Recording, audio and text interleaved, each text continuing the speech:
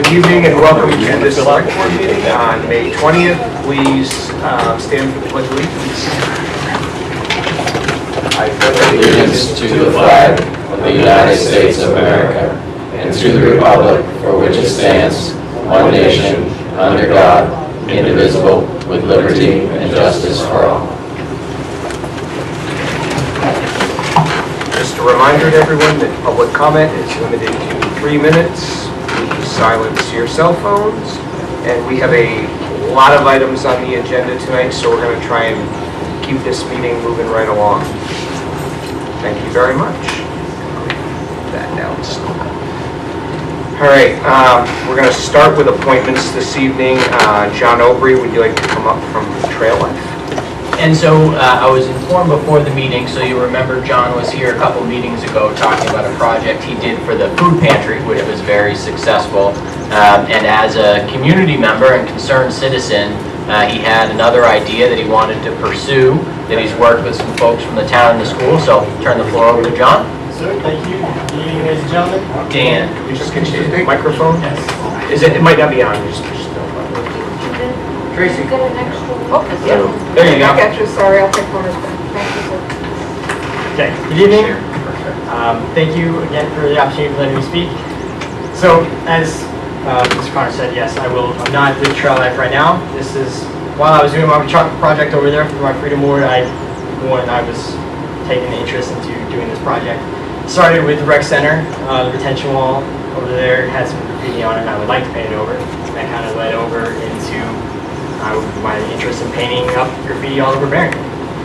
So the 3 locations there are the retention wall at the rec center, the Goodwill Conservation Area at the Winnie the Pooh trails. There are some graffiti right around the children's areas, and I feel like that's needs covering up. And then over at Stonehouse Pond, which there is lots of graffiti at Stonehouse Pond, which I will take into a separate day project. Those will be split up into 2 days. The retention wall and the Goodwill Conservation Area will be worked on in 1 day, and the Stonehouse Pond will be worked on a separate day for the amount of people necessary for that project. And there will not be any chemical use of removing the graffiti. You'll either be using concrete or exterior paint from the retention wall, and then brushed off by hand at Goodwill and Stonehouse Pond. It was checked. We were able to scrape off a little bit of paint already, just to make sure that it can be removed by hand. So no chemical uses will be needed for that. And so this is my project that I would like to operate for Barrington. Board, conversation from the board. Great idea. Southeast Land Trust, Stonehouse is managed by Southeast Land Trust. I don't know if you want to give them a courtesy call. Yes, I will. I haven't yet. I have talked to Paul Sanders a little bit about that. He told me that I will need to talk to Southeast Land Trust, and that's why I'm going to take a separate day to do that side of the project. I will talk to them before that occurs. Yep. I think it's that. Thank you. So just something to keep in mind on this, obviously the rec would provide authorization for the wall at their area. The Goodwill Conservation Area, you want to connect with the Conservation Commission on and make sure they're okay with that. And then Stonehouse Pond, you have to have approval from Southeast Land Trust because they're technically the owners of the property. The town has deed restriction easement rights to it. If that's correct, John? Close enough. Okay, thank you. On Goodwill, there are 2 places. One's Pooh's house, and maybe you don't know, I can show you another one that's on top of one of the bridges. Yes. Just a little bit up there. Yes. So yes, I'm aware of the approvals that will be necessary in this project. I just wanted to bring attention and awareness around the town of Barrington. It's great. We greatly appreciate it. Thank you for doing it and Motion to approve. providing it. And I will ask for a motion to approve. Do that, motion Now to approve. second it. George, Dan, did everybody? Dawn, yes, seconding. So roll call vote. Air I. Bailey, aye. That's right. Hardikoff, aye. Nap aye. Thank you very much. Thank you. Thank you very much. Thank you. All right. A close to you to be in.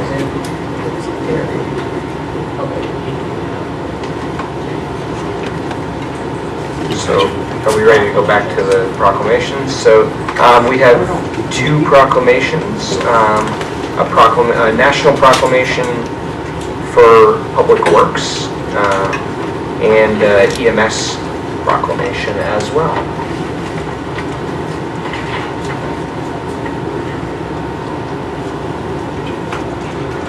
So I'll read the two proclamations. The Town of Barrington, New Hampshire National Public Works Week Proclamation.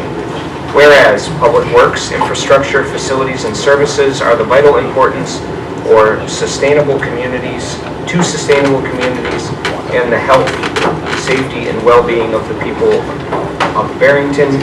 And whereas our Public Works Department encompasses both our Highway Department and our Transfer Station and Recycling Center. And whereas this week offers an important opportunity to recognize the dedicated professionals who plan, construct, and maintain the many public services that keep Barrington vibrant. Whereas the support and understanding of an informed citizenry is vital to the efficient operation of public works systems. And whereas we recognize the importance of public works professionals and other allied professionals and workers and pay tribute to them for their contribution to our town. And now, therefore, we, the Select Board, together with our residents in recognition of this event, do hereby proclaim the week of May 19th to the 25th, 2019, as National Public Works Week.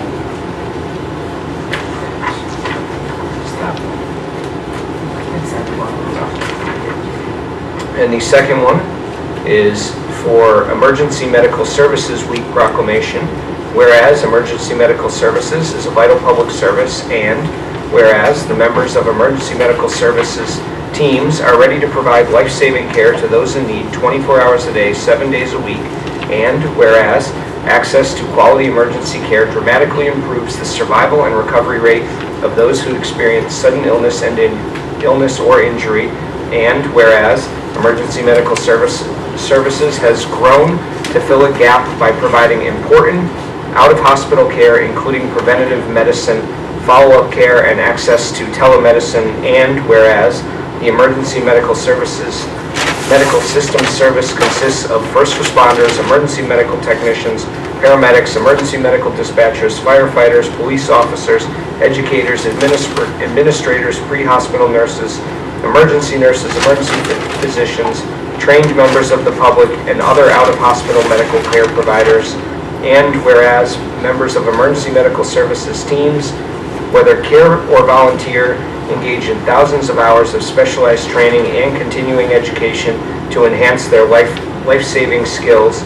And whereas it is appropriate to recognize the value and the accomplishments of the emergency medical services providers by designating Emergency Medical Services Week now.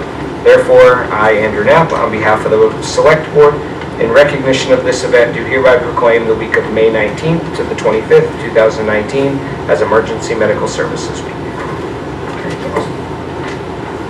All right.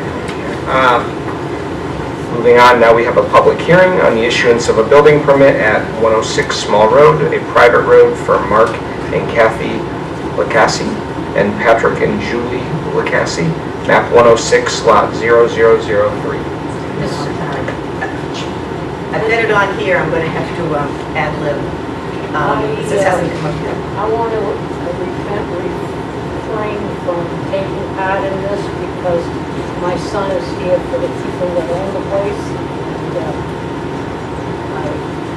So Dawn Hatch will be recusing herself from any conversation on or voting on this. Okay. Suzanne? So the Lacasse want to, there's already an existing home there. They would like to add an addition.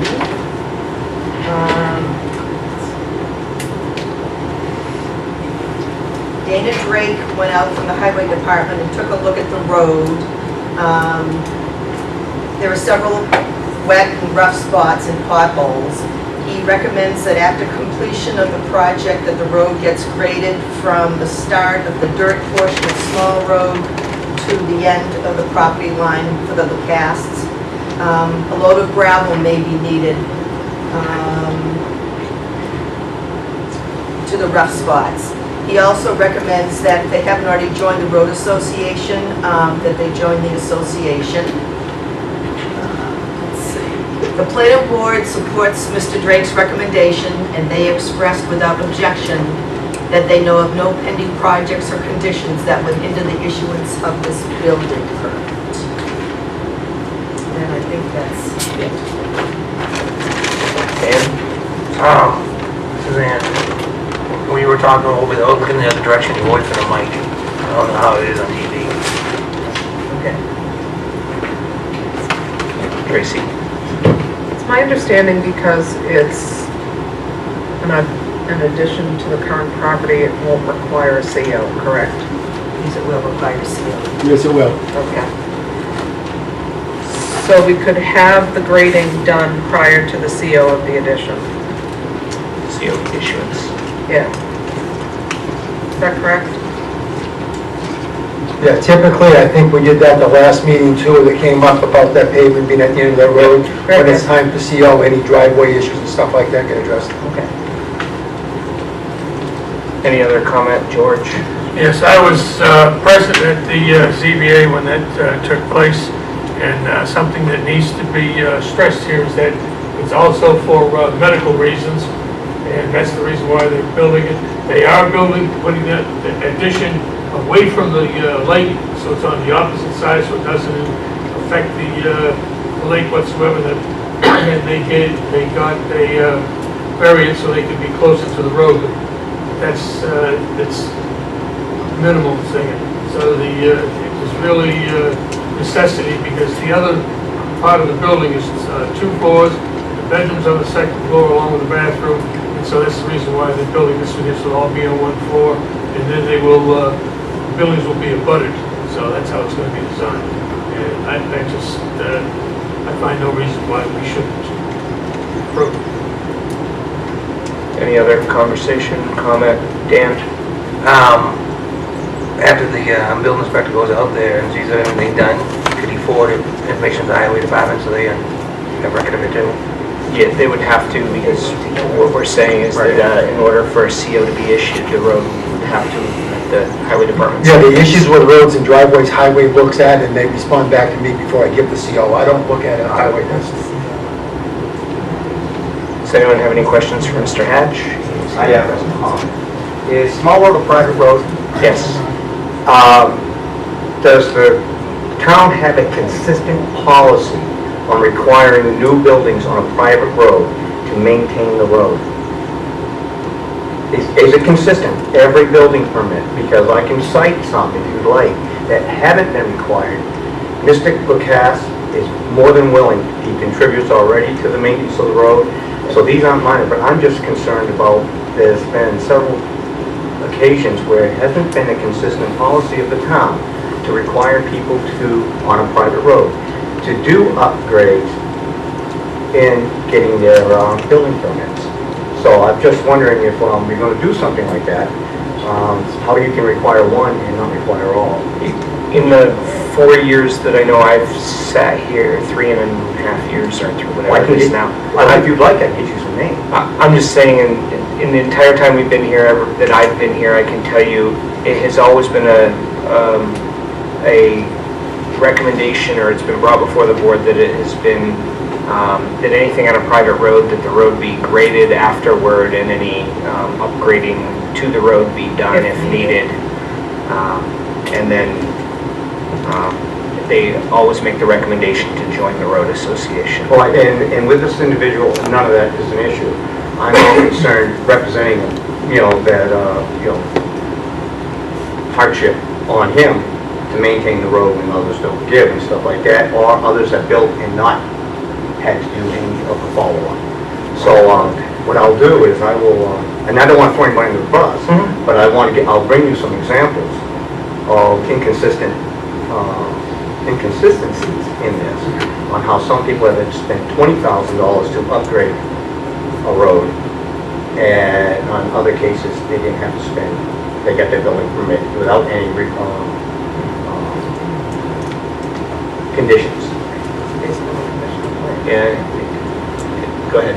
A lot of times on that, Mr. Hatch, it depends upon the report that we received back from the road agent at the time, and he is our eyes that went down there, and it was his recommendations. And if his recommendation was the road is in okay, passable condition, however else you classify it, that's why it wasn't done. But that has been the policy of the board since I've been sitting here. And I understand where you're coming from. Yeah, I understand, and it doesn't matter who's at fault, it's just, it has been a problem. I don't think anybody's at No, fault. I mean, for missing conditions or whatever, it's just that it's been an inconsistent policy. And I think the town already had problems once before where they required people to join and pay a fee to the community, to the road association, which they all should. I understand. Everyone should, on Longshore Drive and Berry River Road, should have to contribute to the maintenance of the road. It's only, it's fair, they live in there. But they all don't. And some of the new buildings in there don't. So I just want to make this point. Sorry. So, just to clarify, the participation in any road association, it is always a recommendation of the road agent, and it's been my experience that that recommendation has been consistent. Again, I've But sat it's in a this recommendation, position. is a requirement to get your building permit if I don't want it. It's a private road, and we do not have the right to force. Okay. It is a recommendation. Okay, so this is a recommendation if I have to get the building permit. It's a join the road recommendation, okay. association. Well, and it's not an issue, I just want to bring up so that the town doesn't have further issues with this. Dan, one last. It's not going to get in depth, but usually someone's going to build a addition, concrete trucks, excavators and all I'm that. aware of it, yes, Jim. They might do damage, so that's why Fully aware of it. this is a grade up and way out. Fully aware of that, but I understand it. I'm not disputing reasons why. I'm talking about the inconsistency of requiring of people to do it. That's what my point is. It should be a consistent thing, and it should, and if it's legal. But, so I just wanted to make sure, I mean, he's already dumped money into the road, and he's gonna join the association, he loves Ayers Pond. So those aren't issues, but I just wanna know when I talk to him tonight, that these are recommendations that, for him to get his building permit, not a requirement. So, George, hang on. Joining the road association is a recommendation. Upkeep of the road, upgrading the road is a requirement. It's in the statute. That's the only recommendation is we are recommending is he joins the association, but it is a requirement for him to updo the road as stated by the highway department. Okay. I forget the individual's name. Which is, and it comes as the select board has oversight of the issuance on building permits on private roads, so that becomes the stipulation from the select board is to grade the road after the completion. And again, those on, I understand that, it's not a consistent program. It's based on road condition each time. Connor, do you have anything you would like to add? No, thank you. So I just want to be clear, if I get to get his building permit, he needs to grade the road and fix a few potholes, he needs to grade the road. Yep. Anything else? Actually, it's the time to CO, not the permit. What? It's the time to get a CO. George? I would like to make a motion that we issue a building permit to Mark and Kathy Slayers on lot 106, map 106, lot 0000. And I would second that. Thank you. Nap, aye. Hardikoff, aye. Hatch abstain. Haley, aye. There, I. Passes 4-0, one abstain. All right, moving right along. We'll start, we're going to review the Conservation Commission and Recreation Commission MOUs. We'll start with the Conservation Commission and review the Memorandum of Understanding.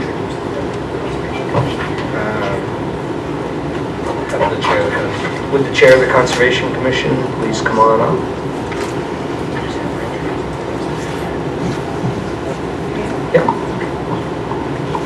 If you wouldn't mind, good evening. If you wouldn't mind just introducing yourself and who you have with you for. Okay, I'm Valerie Allen, and I have with me Ann, Melvin, and John Wallace.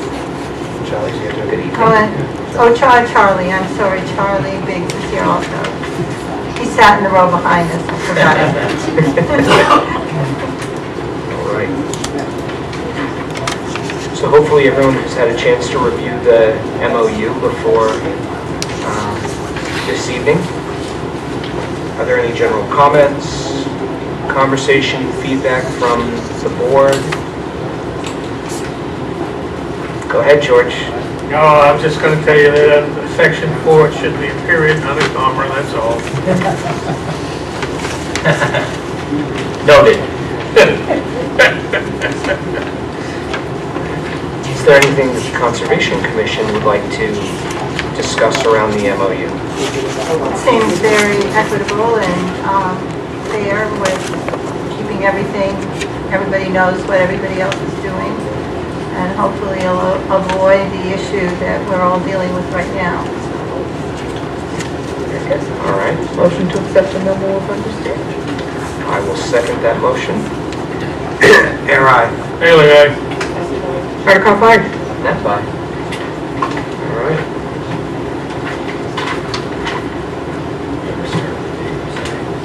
Sure, if you would like to. So, as most in the Conservation Commission and the board are aware, an issue that has been included in every audit since John Scruton started in 2011 has been inconsistency between the Conservation Fund and the Town General Fund. So the original auditors who started the first round of audits in years identified that the Conservation Fund owed the General Fund an order of magnitude of about $200,000, a little more than $200,000. That balance has been carried forward every year since to include this year. And our auditors and staff at the Town Hall and members of the Conservation Commission have spent many hours trying to identify the source of what the auditors claim is money owed to the General Fund from the Conservation Fund. Those efforts have been unfruitful to this point.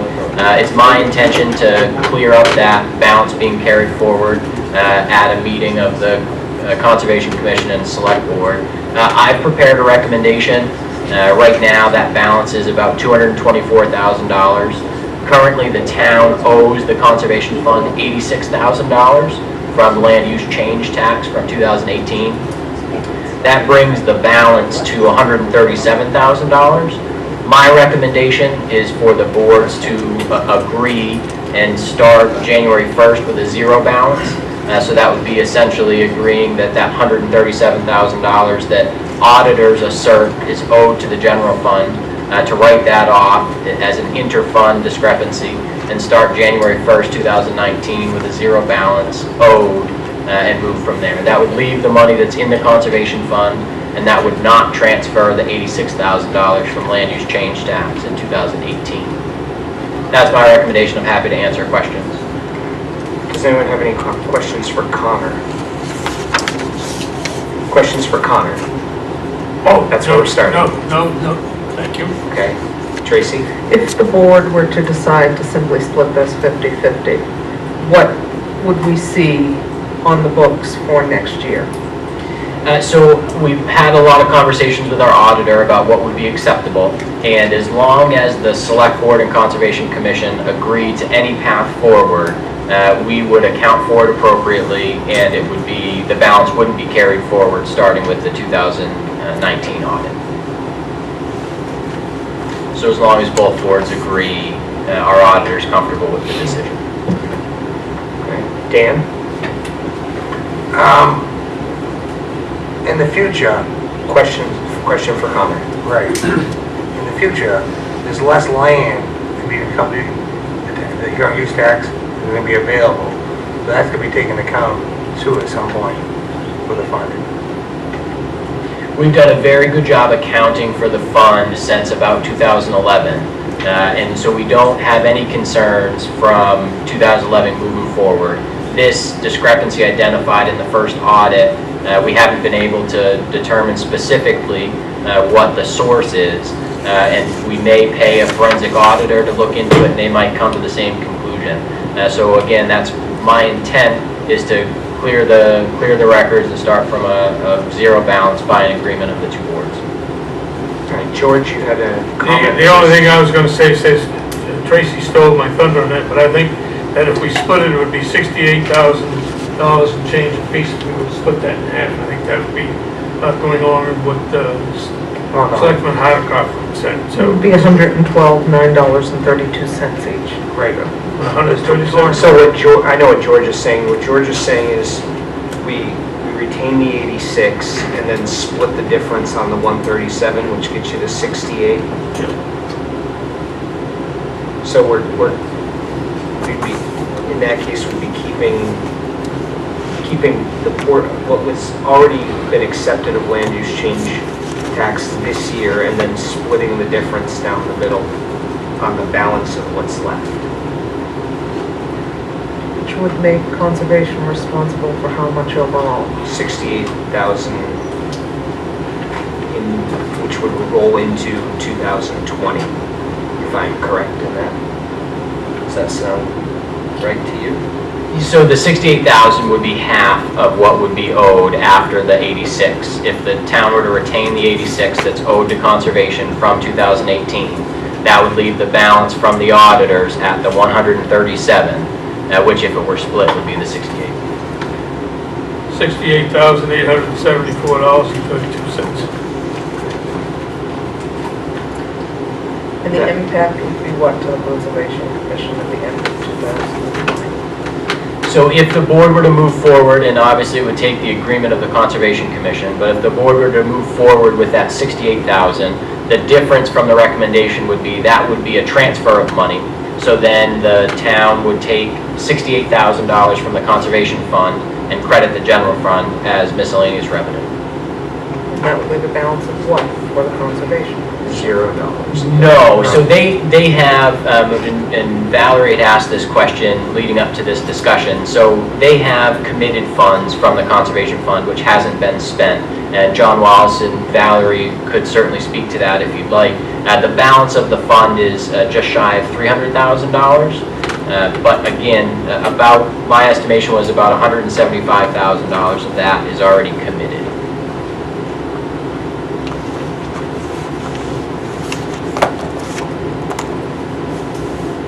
Dan?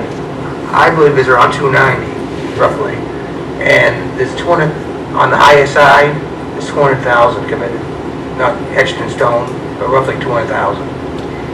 Upcoming projects, maybe. We haven't got the numbers yet. Go ahead, Tracy. A forensic audit costs somewhere between $40,000 and $50,000. We may find at the end of that forensic audit that in fact this amount is accurate or inaccurate. I would much prefer to leave the Conservation Commission in a healthy position, recover what the town is supposed to recover, and split this exactly down the middle. That's one person's opinion. Valerie, would you have anything you would like to add on this? I think I give the floor to John because he's more familiar. Only marginal feedback. This is always been our agenda. I'm just, if I can just ask one question, because it's not clear to me what's on the floor here in this splitting the difference. Is this the difference of what is owed, you maintain, the town keeps the 79, is it from?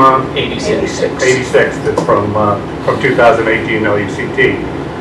Is splitting the difference of what remains? So that is not splitting the difference then of the total supposed debt of the Conservation Commission. That's correct. That is giving the town a good deal more. There are two discussions taking place. You're correct, John. Yeah. I mean, if they want to split the difference, it would be probably like $30,000 or $40,000 that would. So I just want to make sure we're clear about splitting the difference. The proposal does not seem to be splitting the difference, really. Dan? Well, let's say this 300, and you take the 70, that'll go down to 230, so it'll be less impact on conservation right now, but in future income and stuff. So they could survive on 200, so I give them 30 grand, it's cutting that budget close, but they can survive. But then next year, they have to look into any people, so I don't, that might be next year. or this year, what's gonna happen this year. So just so I understand what you're saying, If we do it right at under 12, that'll hurt them, because they kind of have previous commitments, around 200, not etched in stone. So if you take 112 or 300, that gives you 188. So they'll be a little bit shy in their budget for... 86,000 has not been turned over to that fund, so No. I'm person air. No, but they're saying, we started out 224, that rough estimate, right? We split that, that's 112. We take 112 out of 300, it's gonna leave their budget close. 86,000 has not been transferred yet to that fund. I'm not even as, So if you took 112 and subtracted the 86, that's what you would be asking them for. is the difference from the 86 to the He's saying 112? they have commitments that don't show up on this, they have commitments for close to 200,000. Right, Because he's been going to the meetings. right, so they have about 290,000 in there. We would be asking them for about... $25,939.32. I was gonna say $30,000. All right. So 25,932, 939.32 right, and we would retain the 86,070. from this year. all right, No. And that would be a perfect half down the middle. yeah, I think that, I do that. Yeah. How does the Conservation Commission feel about that? Valerie, please come on up to the mic if you would. Sorry. My problem is that either the Conservation Commission or the town, at least from the conservation standpoint, I don't have exact figures. I mean, in our, excuse me.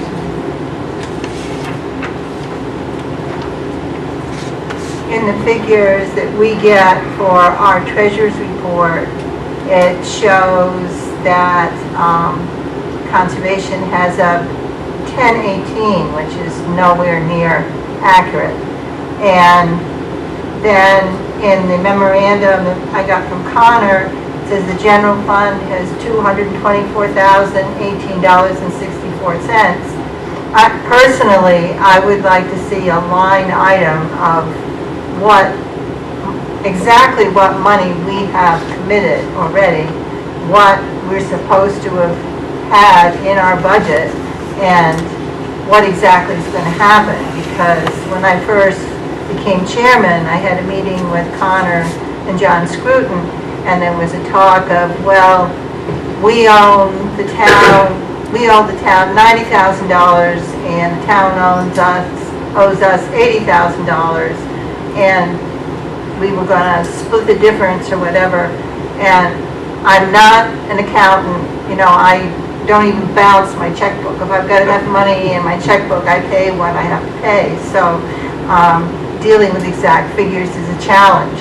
But I would to see exact figures in order to be able to know that we're both coming out good in the situation, because we do have money committed and we want to make sure we can make our commitments.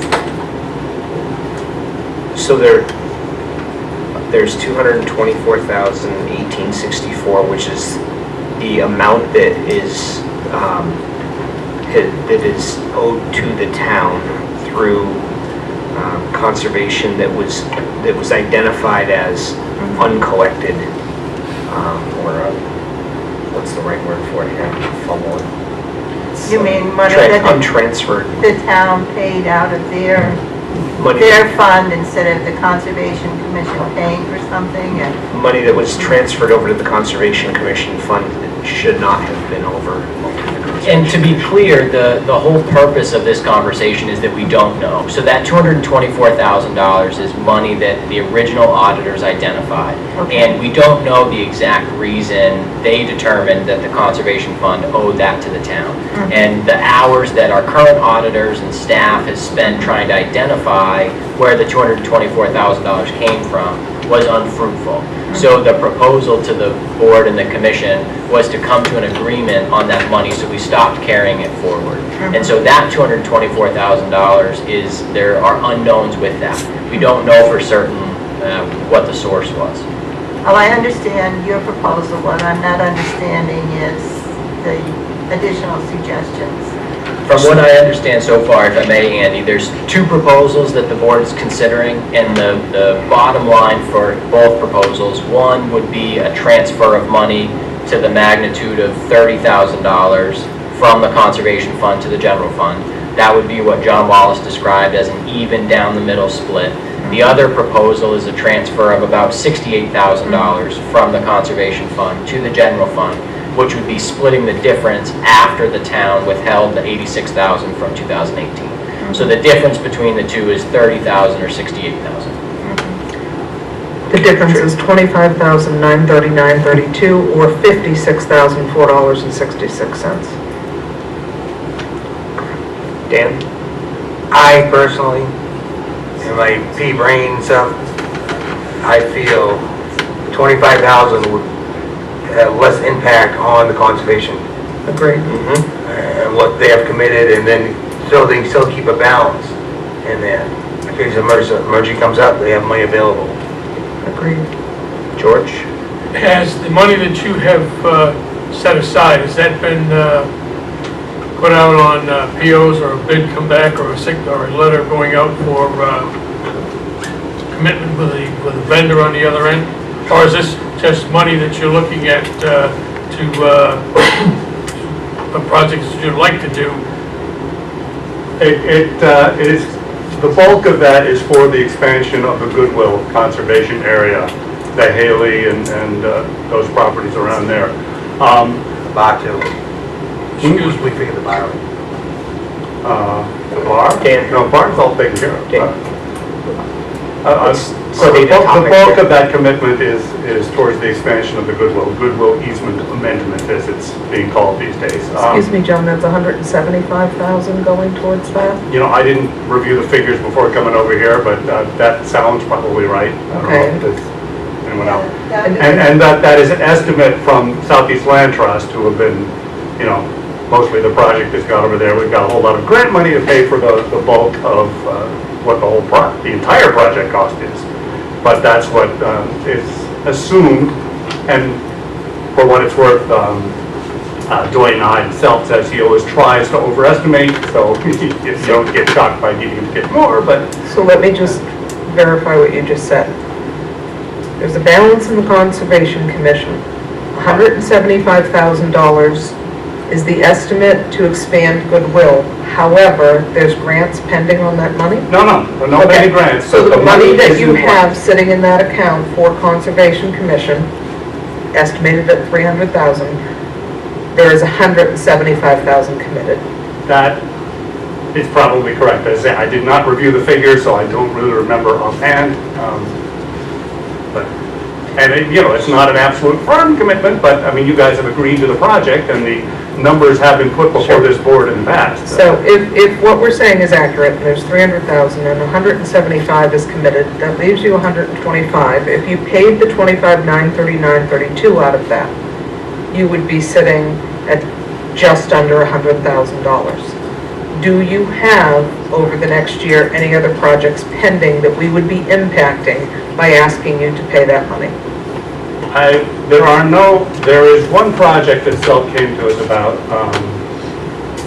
It is nowhere near that. I think they wanted probably the order of $15,000 to $20,000 to help with it. It's not anything that's been approved yet by any means by the Conservation Commission.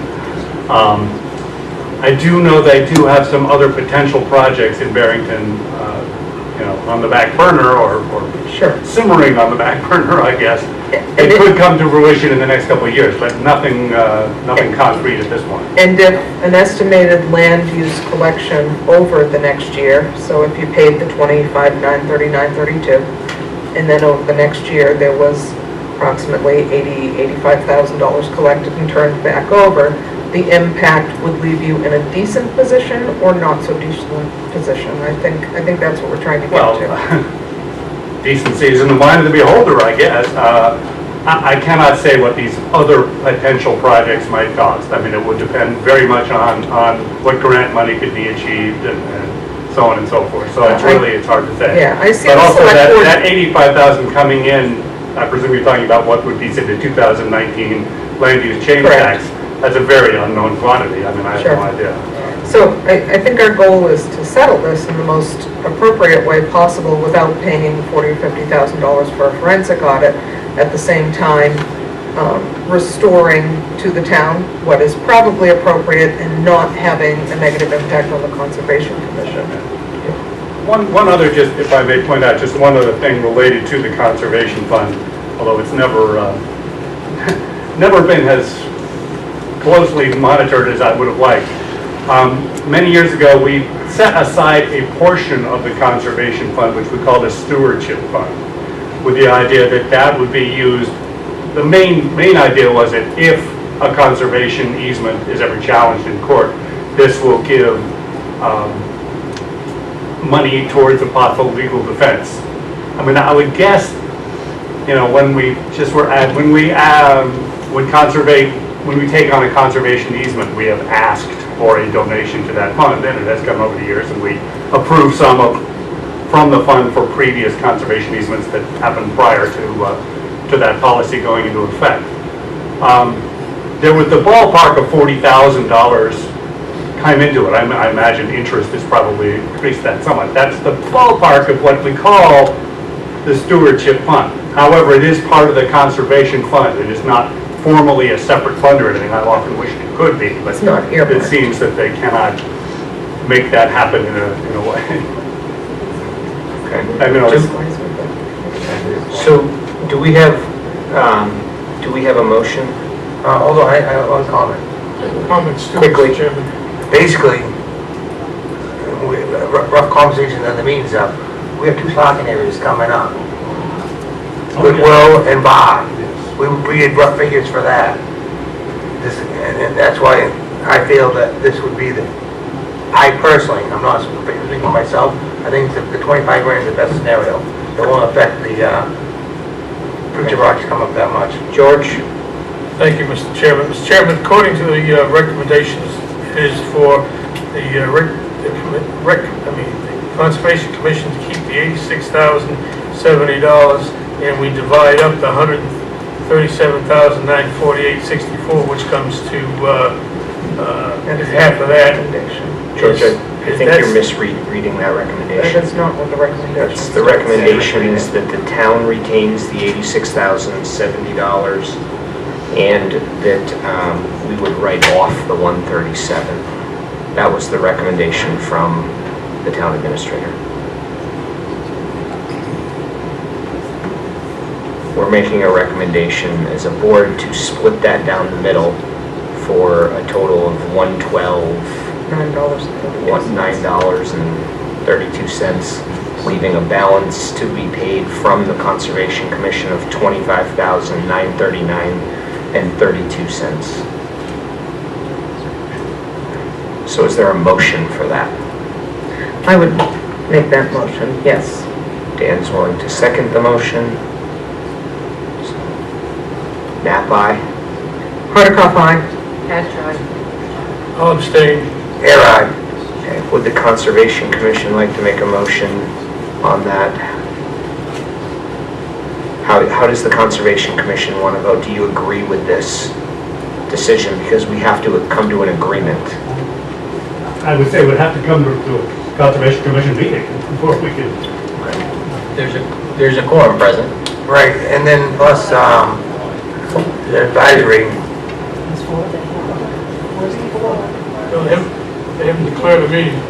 no, this There was a is, posted joint meeting. and this is a public meeting too. I would say I was not aware we were going to be voting on anything like this, so I'm not prepared to vote. I would like to discuss it within the Conservation Commission rather than wasting time here. So That's my point of view, but Valerie is the chair. What would you? It would be nice to have it completely written out so that, you know, we could all discuss it at one of our meetings. I tried to get everybody here tonight, but not everybody came. So could we put this on the agenda for the next meeting following the Conservation Commission's meeting? No problem. And have you guys provide us with a decision on that? Thank you very much. Yes, Dan? I'll rescind my second and give the information, that the motion go towards with the data, the 25A to the conservation? They're gonna get, Dan, they're gonna get all that data, you don't need to rescind anything. All right. So the motion that the select board has agreed upon is We're going to gonna go in front. No, we're not tabling it. It's not They're tabled, it's complete. handling it. It's going before the commission for Conservation them Commission. to review the information and make a decision based upon that. And I'm assuming, based on their actions, we'll make future decisions. Okay. Recreation MOU. Thank you very much, Conservation. Highway. Yeah, highway internal. Highway internal billing policy, second reading. Sorry, I'm jumping ahead here. Do we have another MOU to do, Mr. Chairman? We do, but we're It's very in lengthy. between that, buried in the middle of it here is the Highway Department internal billing policy. Oh, no, it's not. What am I? No, you're jumping ahead. No, it is. It's It's buried on in there. there. It's correct. So, you know what, let's come back to the Highway Billing Department. Let's stick with MOUs. Okay.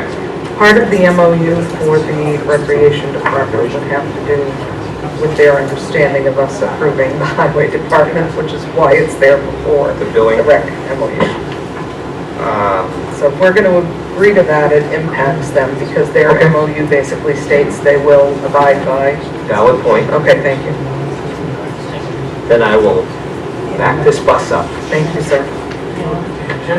Highway Department, yes it does, George. If you look right under Conservation Commission, MOUs, you'll say Conservation/Recreation Highway Department internal billing policy. So, Highway internal billing policy. This is the second reading. Everyone has reviewed it. Is everybody, there seems to be some scuttlebutt at the end of the table here. Yes, there is. Sorry for that, Mr. Okay. Chairman. So we did discuss at the last meeting internal billing, but we also brought up the issue of external billing. Are we going to write a policy for the highway to bill external to various associations throughout the town? The policy was renamed the Highway Department Billing Policy and applies internally and externally. Excellent. I would make a motion to accept. Hold on, I would like to, Bill, you can make a motion, but I want to make sure if anybody has any other comments. No, I think most people have. Yes, I will. So the only piece I had on it was I just wanted to be clear where, and I know we talked about it, is under Part A. The road agent may authorize the highway department to perform services up to $1,000 for non-operating budget activities and up to $5,000 for operating budget activities without prior approval or billing. I just wanted clarity on the without prior approval or billing. The intent was to say that the road agent could have the authority to authorize that in the position. Did not need to seek prior approval from the select board, the town administrator, that projects up to $1,000, the road agent could say, yes, we have the time and equipment to do this, we'll do this. Okay. And then the $5,000 was, in their operating budget, they could have something that could be approved. We're still Or going could to be bill for up to the 5,000. They Right. just don't need pre-approval from us to conduct. Right. It was one of those when I look at 1,000 or 5,000, everything's in the operating budget because of the way our operating budget is relatively established, with the exception of MOU money, so. George? Thank you. If you look at the A that's just talking about, it says without prior approval of billing. If none of us are here and somebody else reads that, they're liable to just say, well, I can spend it anyway, so I didn't need your approval. I think consider the verbiage change on that one be very nice if the chair so approves. I think the important part is for us as a select board not to become involved in operational oversight of items like this. I'll remind you the oversight that we gave to the fire department. That's the reason why I'm bringing this up. So I'd like to have that reworded. Select Person Bailey, I meant oversight in reference to, for instance, should a project need to take place with one of the various commissions and it's $3,000 worth of work, the road agent would have the discretion to use time and scheduling as appropriate to do the work bill for the work, but doesn't need pre-approval for the work. I don't agree with that. Thank you, Mr. Chairman. George, or sorry, Dan? Well, if I'm correct, this follows the bid procedures, so I agree with that. The limits are consistent with the purchasing policy, yes. The only piece I had is stumbling on was, like I said, the 4 operating budget activities without prior approval or billing, just because it's really easy to tweak things around, just to be like, oh, that's part of operating budget. And so I guess the Providing clarity intent, there. yeah, and so we can look at that specifically. The intent was to focus on the priorities set by the operating budget that involve the highway department. Over $5,000 would involve the board, and less than $5,000 wouldn't. If your intent is, if you plan to change the intent, let me know how you'd like to change it. I'm not looking to change the intent, I'm just looking to clean up the language a little bit, and I thought maybe somebody else might have a better idea on it. Understood? If not, though, we can fly with it as it is. Can you take a question from out here? I absolutely intend to, I just wanted to finish board discussion. So, anything else that anybody has to add? Okay, would the Conservation Commission or the Rec Department like to add any information around that?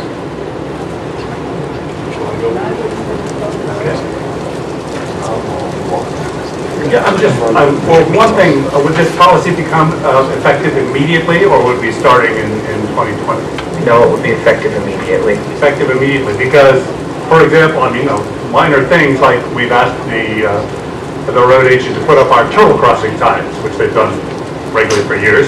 Hasn't happened yet this year. I presume that's due to some of the changes in the road department.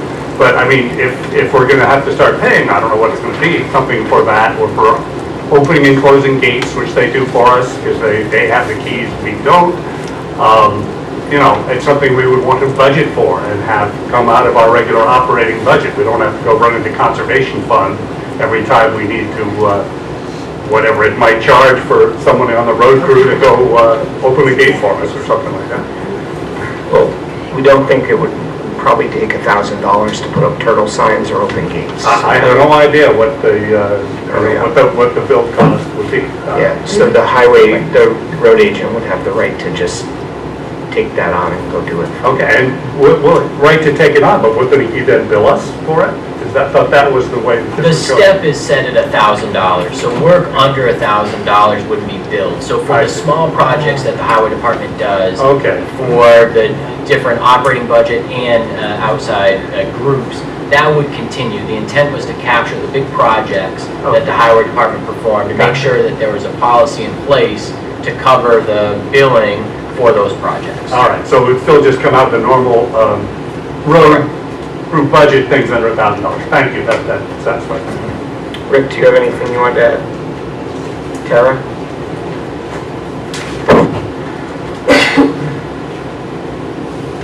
So, on 2B, on page 1. Yep. It says that the road agent may authorize the highway department to perform services up to $1,000 for non-operating budget activities and up to $5,000 for operating budget activities without prior approval or billing. Yep. Prior approval or billing for the rec department could be simply going to the rec commission for approval to spend money on the revolving fund. I guess I'm just looking for a little clarification on that. So if it were to come out of the revolving fund, so that the approval and billing is for the select board. So any decision making before you get to this policy isn't included. So this is the policy for once it gets to the highway department. So if there's a decision making process where prior approval comes from the rec commission to spend certain dollars, that's before this policy would be taken into consideration. And so it just means that the select board would not be involved as a select board policy for the town. Mr. Chairman? George? Yeah, also, if you look on, I'm jumping ahead, but it's part of this question she's asking under MOU under 4 clearly states how the Recreation Commission is going to take money out of the revolving fund. So that would help answer the question she's asking on part B of this form, or the policy.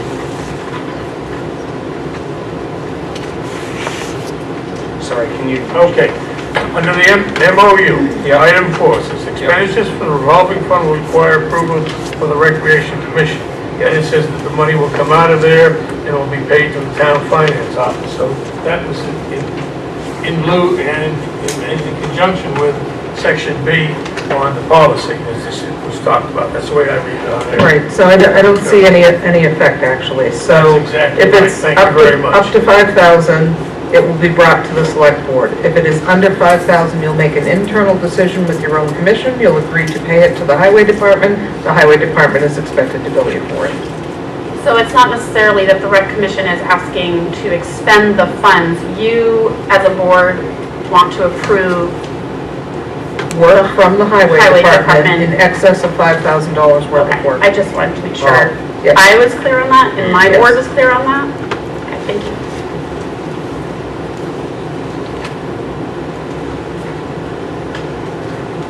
Other questions, comments?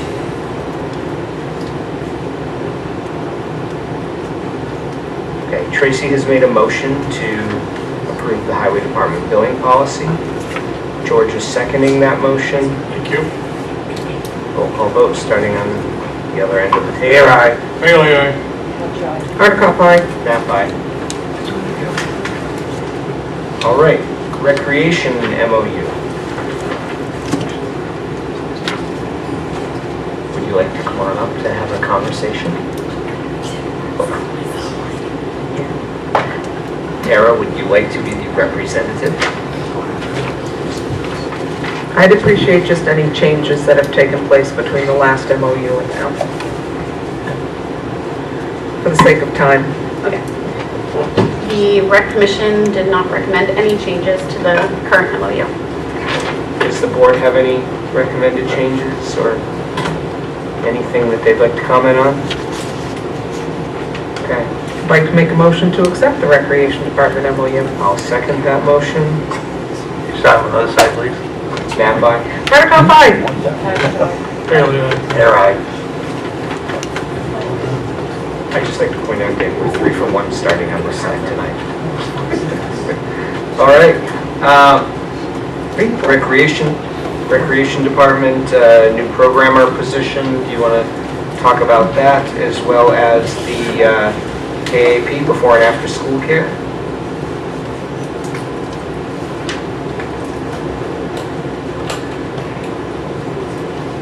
For your recreation programming update?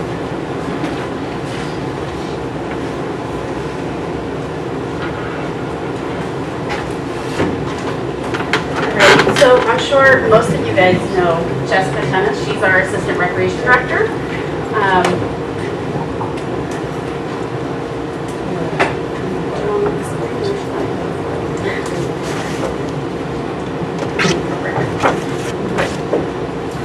Alright, so as most of you all are aware, the before and after school program registration occurred in March. I think it was March 6th. We did have an astronomical amount of parents show up to register for the program. I would say record numbers.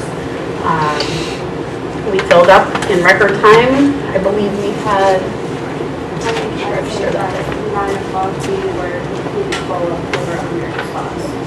So by 9 a.m. when we started registration, we had approximately 300 folks in the gym waiting, and we were able to fill up the program quickly. That's the short story. The longer story is we have heard many parents and many school administration and many staff members of ours express their concern about what is the town going to do about offering more before and after school program opportunities primarily between the hours of 2 and 6 p.m. Jesse and I immediately went to work thinking that we are really not going to be able to help the situation. We've maxed out all the space, maxed out all of our employment opportunities, and so forth. However, the school contacted us shortly after the registration process, probably within the month, and we set up a meeting and brought everybody to the table, including select board. We did not have select board members there. We had school board members there, we had school officials there, we had ourselves there, rec commissioners there, to put our thinking caps on and really come up with a creative solution to offer more after-school program opportunities between the hours of 2 and 6. So that being said, the rec department will be moving forward with offering an additional after-school program for grades K through 4. Right now, we have approximately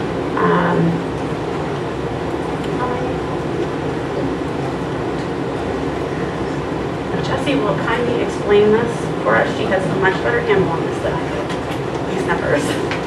So our idea was basically based off of the numbers that we have and the number of kids that were registered per grade that they're going into next year.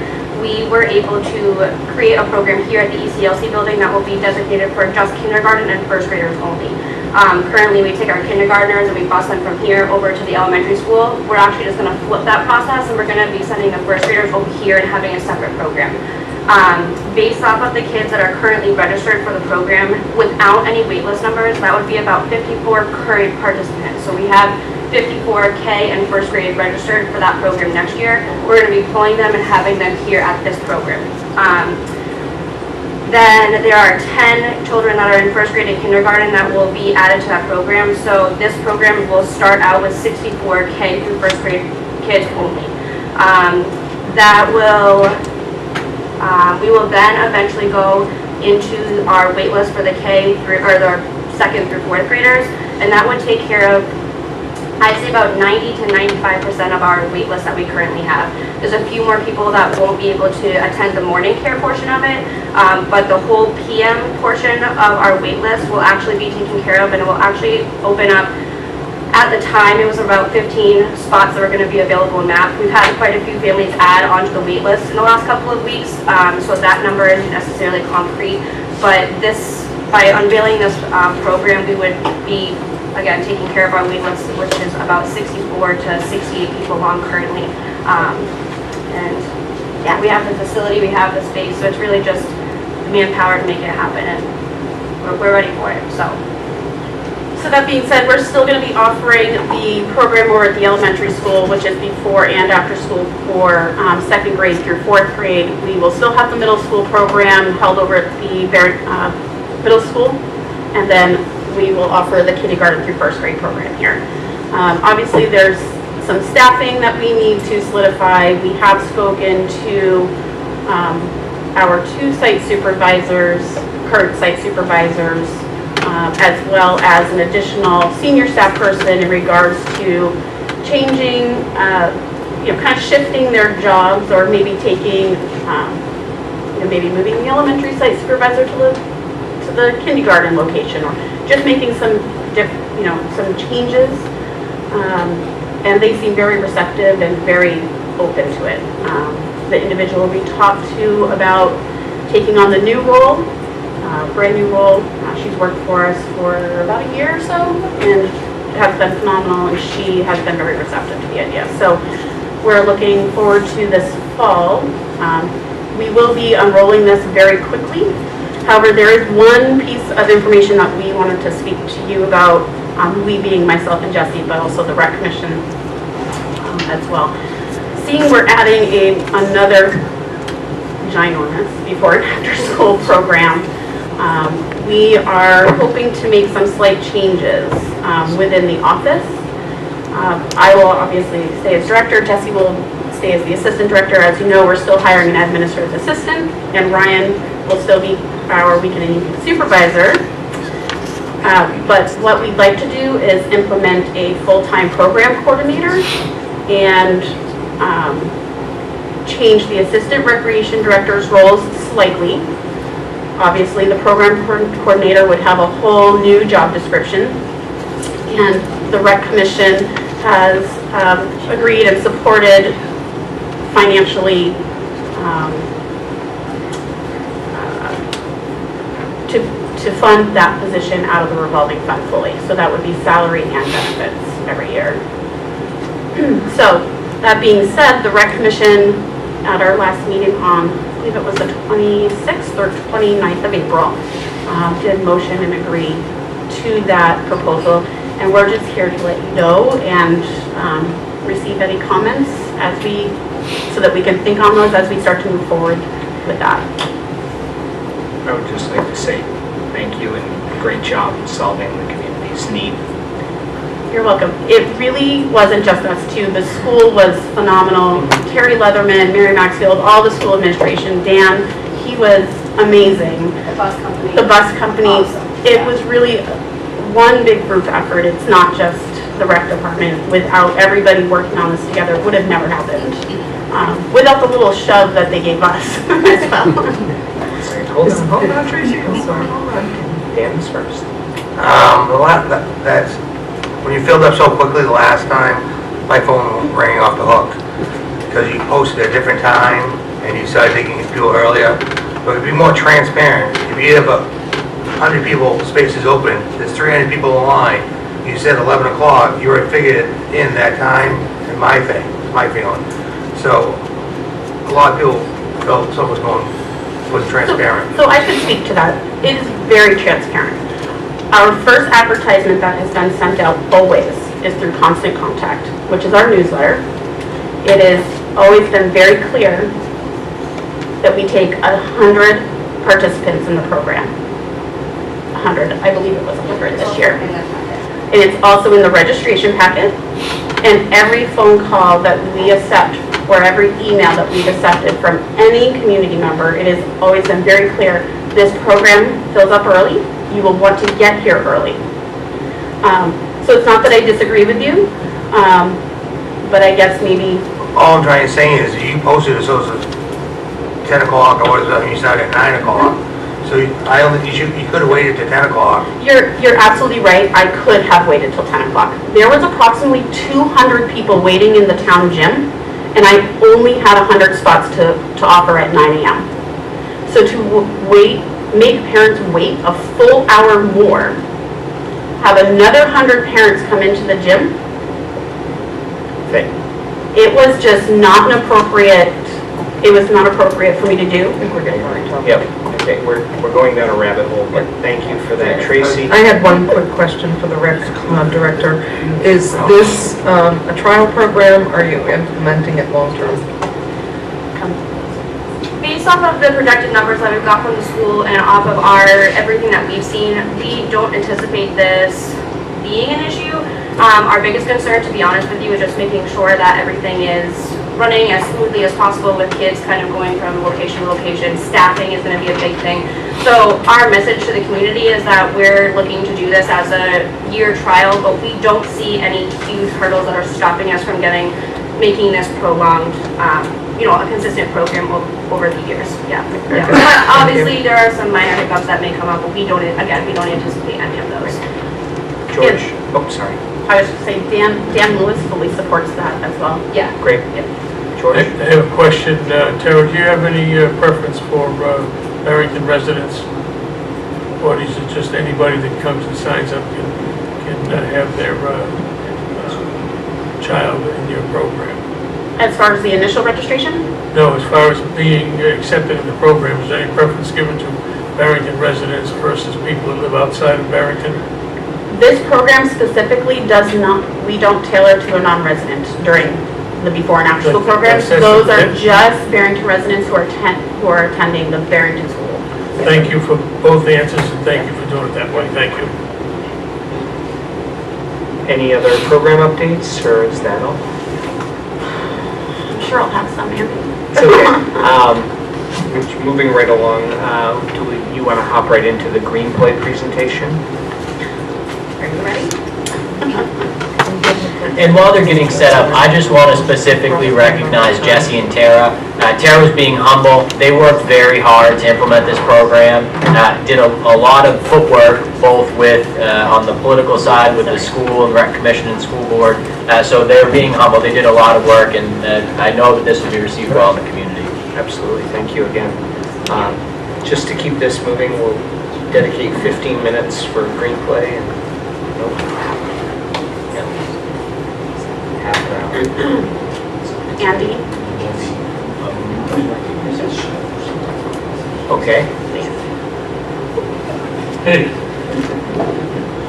let's dive in and we'll go from there. All right. So Cindy and Tom are both here from Green Play. They will be doing a presentation in regards to our strategic plan and needs assessment. And I don't really have too much of an introduction. You guys have seen them before, and we're hoping that you're pleased, just as pleased as we are. So thank you.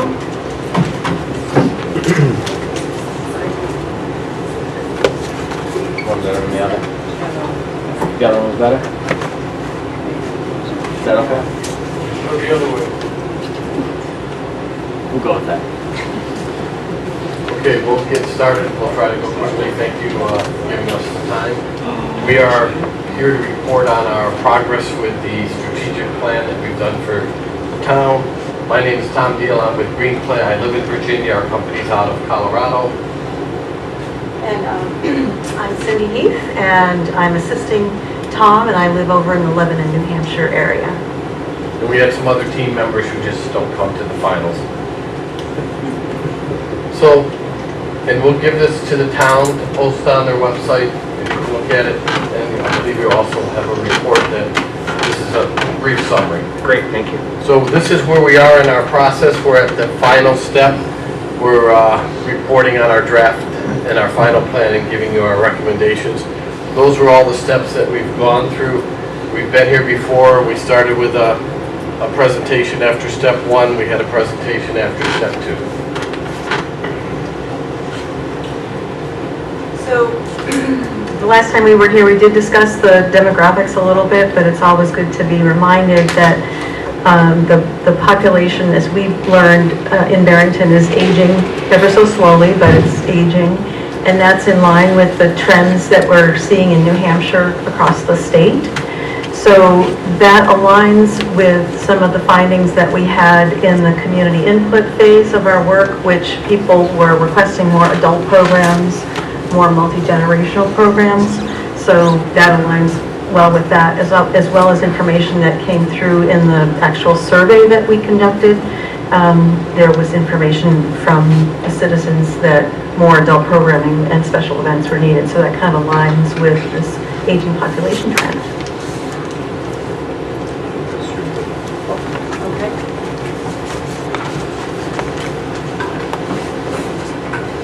So in order to come up with the recommendations that we do, we have a series of different types of information gathering. And one is the community input process that we held over at the Recreation Center over several days. And this is the type of information that we received and the themes that came out. So,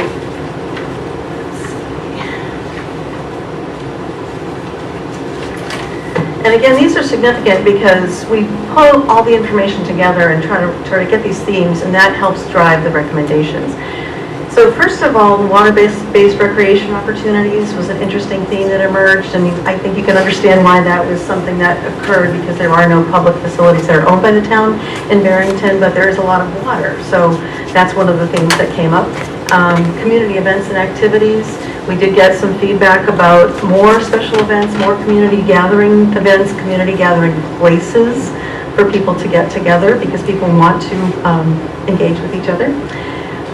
Multi-purpose parks and outdoor recreation spaces. Again, that aligns with some of the national trends that we're seeing about people wanting more trails and outdoor recreation experiences, and Barrington is so well suited for expanding those types of opportunities with all the outdoor and conservation properties that exist here. Childcare opportunities, I don't think we need to talk any more about that. And a really fantastic solution has emerged with the current issue that arose with the program that you just heard about. More programs for adults, more wayfinding and signage on trails. And that was significant because people have expressed that they would like more trails. They would like to be able to safely move about, walking, biking, 4 seasons, skiing, jogging, all kinds of mobility modes. So the signage to make that easier for people and safer for people was a recommendation that came out. More space to support additional recreation programming, and that's a well-established opinion that we've been hearing again and again. Coordination of schedules all in one place, because there are a lot of providers in town. So not only the Conservation Commission and the Recreation Department and Commission, the school district, other nonprofits in town offer activities. So there was a suggestion for a consolidated schedule to support information and help with people understanding what's going on in town. And then an evaluation of the revenue and funding streams. Recreation as an industry has evolved to become something that's focused on health and wellness now, as you probably know, as well as an economic driver for communities. And in New Hampshire, tourism is a very, very powerful economic driver in our state, and that does filter into the smaller communities and as well as the cities. So trying to figure out what other sorts of income streams and revenue streams the department can achieve to support those initiatives and to support those goals was one of the things that was a theme that emerged. And these were the themes that emerged during information gathering, and that's helped us form the survey. And the last part about the recreation funding, what we're seeing all across the country is more communities realizing the value of recreation and the fact that it helps people stay in the community and it brings people to the communities. Dan, if you could just write your questions down, hold them to the end so that we're mindful of our time. All right, thank you. So during the public information process, we also did a SWOT analysis, which stands for strengths, weaknesses, opportunities, and threats. And we chose to focus on the strengths for now, and the opportunities and weaknesses and threats are listed in the full report. But our philosophy is to build on the strengths and try to expand on those. So currently, the diversity and opportunities for year-round programming, that it is affordable, is one of the strengths of the department. As I said, the existing outdoor recreation opportunities are phenomenal for all seasons. And the outdoor natural landscape with the work of the Conservation Commission is just very, very robust, so that's a great strength and an asset. Quality of life is something that, it's kind of a term that's been kicked around, but that is directly tied to these outdoor opportunities, especially people that choose to live in New Hampshire all seasons really do like to spend time outdoors in general. And then the staff of the department received very, very high praise in the process of hearing from the constituents in all phases of our inquiry. So the next phase was the survey itself. We did two types of survey. We did an invitation survey, which was mailed out to town residents. That's the statistically valid survey. And then after that survey ran its course, we did what was called an open link survey, where people could log on and take the survey. So theoretically, everyone in the community had an opportunity to take the survey. As you can see, there were a total of 597 surveys completed. 448 were the invitation surveys. Ideally, we need 300 of those back to make it statistically valid, so the survey was statistically valid. And then we had 149 people that went online and indicated their opinions as well. So we thought the survey was well received. Again, that was just one of the many data points. We also had our staff that looked at all of your parks, facilities, and trails. So we were looking for reoccurring themes, and we felt we learned those. So these were the top 10 survey findings that we identified from the survey. Basically, again, the demographics of the survey, as well as the information gathering, as well as your town, were all similar, so we felt we were talking to the right people. More than 50% of the community use your trails and programs and facilities, so that was good in your conservation properties. Residents indicated they were moderately satisfied. Youth programming and adult programming were identified as very important. You can see the different children's programs were identified as very important. There was an interest and a desire to expand and improve your programs and your special events in yoga and that tour were also, identified as examples. Trails, open space, and indoor facilities were something we were recommended to consider to focus on. There was support for increased fees for programs and activities if the programs and activities were run properly, which they are, but the theory is people would pay a little bit more money for better programs and better services. Communication was effective but could be improved. And again, same theme, the department was praised for their work. We had about 100 pages of comments from people, and they're in the appendix of the report. We always like to read through all of those. I'm not going to read these now, but people had the opportunity during the survey to not only answer our questions, but also there were many chances where they could give their opinions. We read through all of those.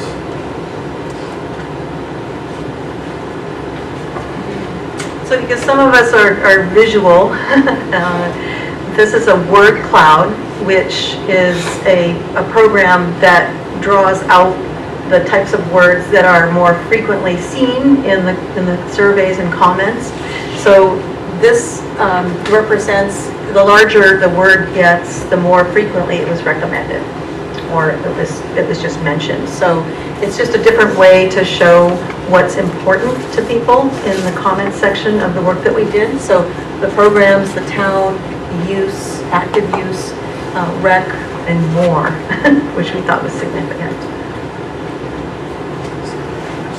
So we also always study the trends. We study the trends nationally, regionally, and locally. So we had one of our team members do a trend study.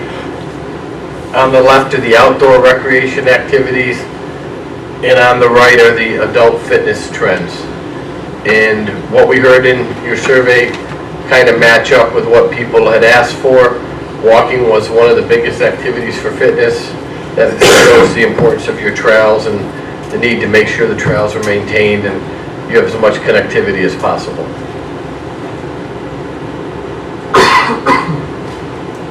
So this is known as a system map, and our mapping partner, Design Concepts, took a look at all of the properties that relate to recreation in the town, so no matter who provided it. So we looked at the properties that were available from the Conservation Commission's oversight, the town recreation department's oversight, and then other providers, so private recreation providers essentially. And what this does is gives us a chance to see the layout of all of the recreation opportunities across town, and then we can take a look at where the residential populations are and what people's proximity is to access any of these recreation properties. So from looking at this, we can draw conclusions around how far people have to travel, and then eventually it can help us target recommendations for where to locate new land acquisition, for example, if the Conservation Commission is focusing on that, or the Recreation Department, or the town, or private providers. So it does help us get a picture of how the properties are spread out and people's access to them. And we look at every project as an individual situation specific to the town or the community. You may have heard things about everyone should be able to walk to a park in 10 minutes and all these different things. In some communities, that's totally reasonable. In others, it isn't. So we didn't use any national standard or things like that. We looked at your community and how we thought we could recommend what was best for your community. So these were our preliminary findings that we determined after our meeting the last time we were here, and the next day we did a visioning session.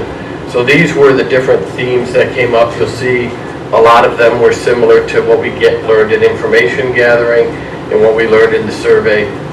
So we took this information, and that's what we worked to build our recommendations off of. If you'd like, I can read them all to you if you think you can see them okay. Okay.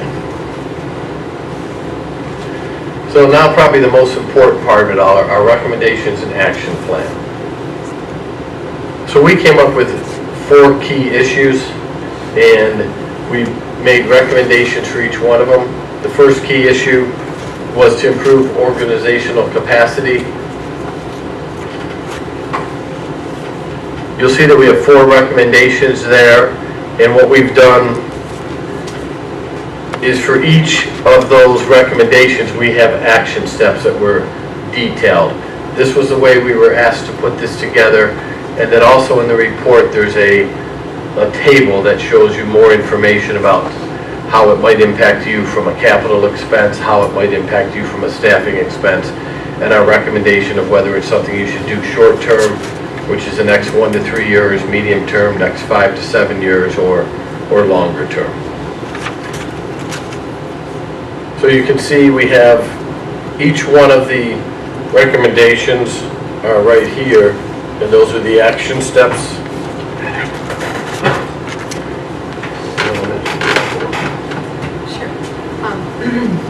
So what's important to remember is that we look at both data in the form of the statistically valid survey, trends, which are national, state, and local, as well as stories, the things that people tell us anecdotally. So all of these recommendations are a culmination of all that information together. So the second key issue that we discovered was that the department, we're recommending the department enhance the program and service delivery.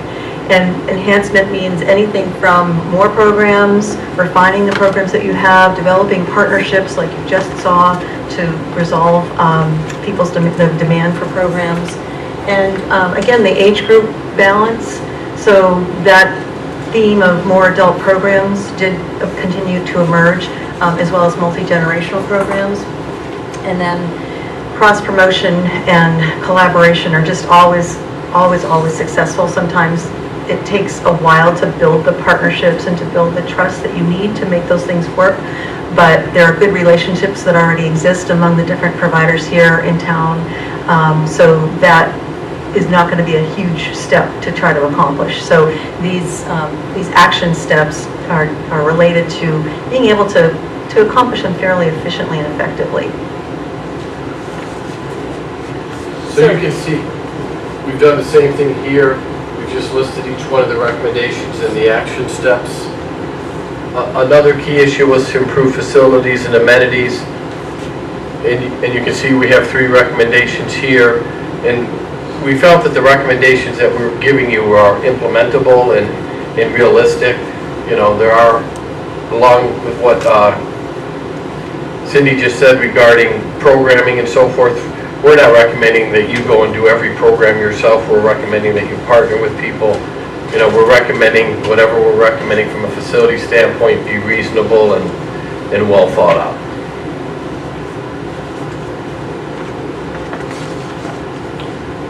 And then the last one was to maintain financial stability. And basically it's evaluating your funding, and we have some action steps for that. So with that, we wanted to do it fairly quickly and be sensitive to your time and ask if there's any questions. Dan? It's my understanding, you did all this study and stuff, and Barrington has a Trails Committee and stuff, and I asked if you guys ever want to talk to them, that's my understanding. And then the conservation, I'm sure they get a lot of stuff online and stuff, but there is a group just for trails. Right, and I believe David on our team from Design Concepts talked to them, did all the research. I joined the project midway through. We had a different project manager, Adam Bossi, who started, and then due to a family situation had to step away. But my understanding is that we did research all of that thoroughly. All right. I'm not aware of, I'm on the Trails Committee as well, it's a subcommittee of the Conservation Commission. Admittedly, I did have to miss one meeting a few months ago, so maybe that's when he was there, but I don't remember seeing the minutes. So I asked Ann Melvin and stuff, and she told me that this happened like 6 months ago, so. We'll look into that. I know that he did tour all of your, parks, your facilities, your trails. He went everywhere with his, he does what's called GRASP. It's a way to score all of that. And we also have to remember that this project started almost 2 years ago. So it was quite a while that a lot of these meetings and a lot of these invitations that I personally sent out were were happening. Other comments from the board?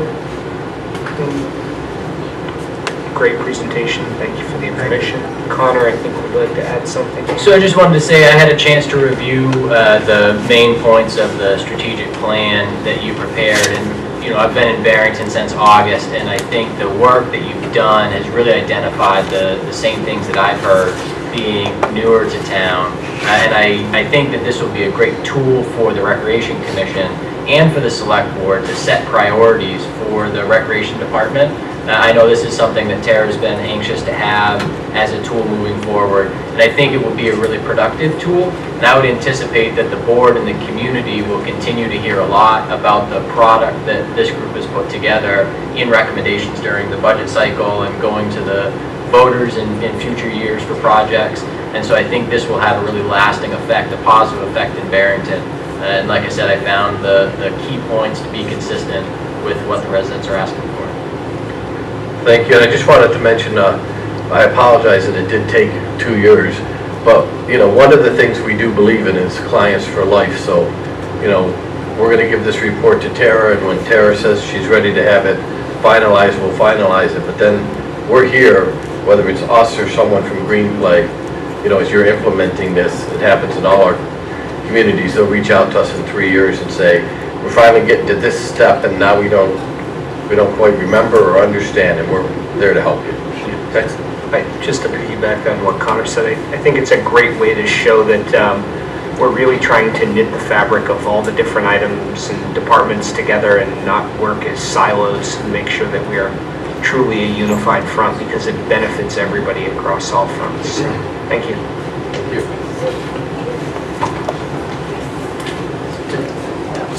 Tara, do you have anything else that you would like to add, or any other information from Rec Commission? No? All right. Advisory Budget Committee appointments. Connor, you want to, sorry, Chris, did I miss?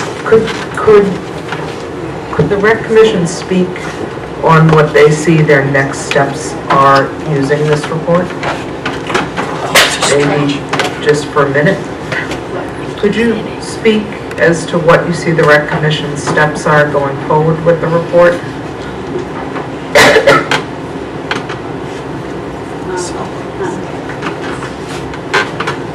Have you given thought to how you'll utilize it? Well, the report shows a lot of the information a little bit differently. I believe you guys all received the report.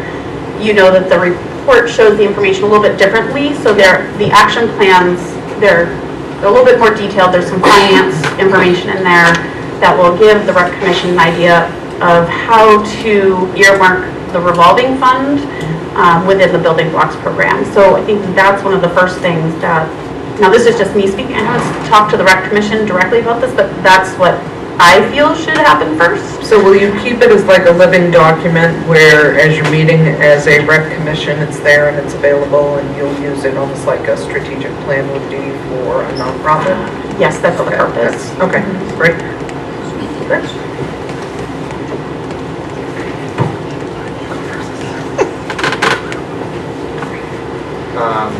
So moving on, Advisory Budget Committee appointments. We have one person to swear in, I believe. So the Advisory Budget Committee was a full committee heading up to the last month. One of the members, Bradley Bogue, asked to be an alternate member to the Advisory Budget Committee, leaving one opening.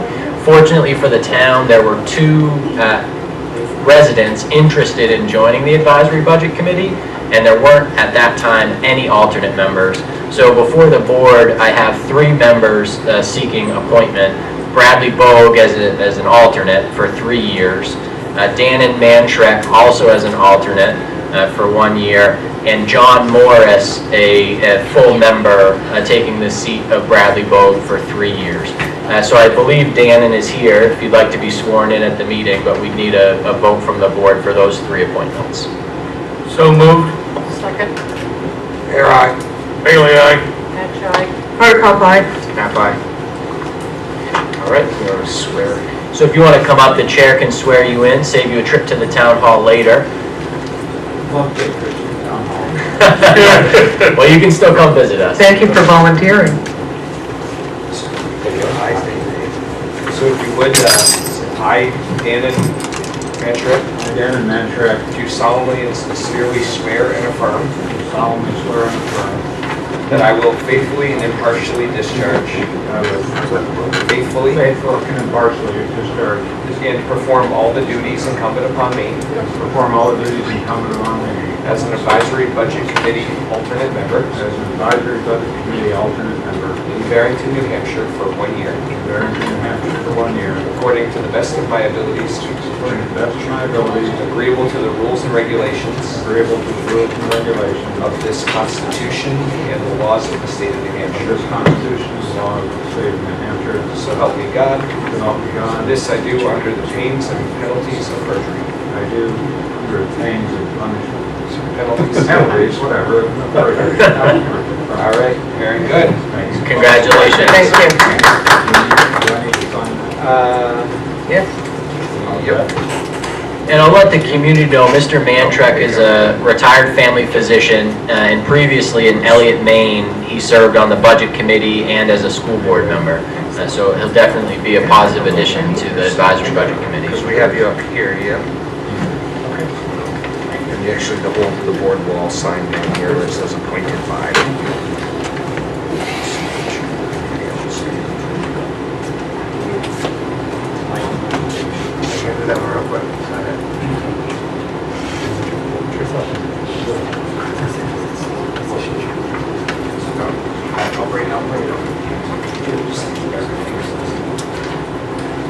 Okay.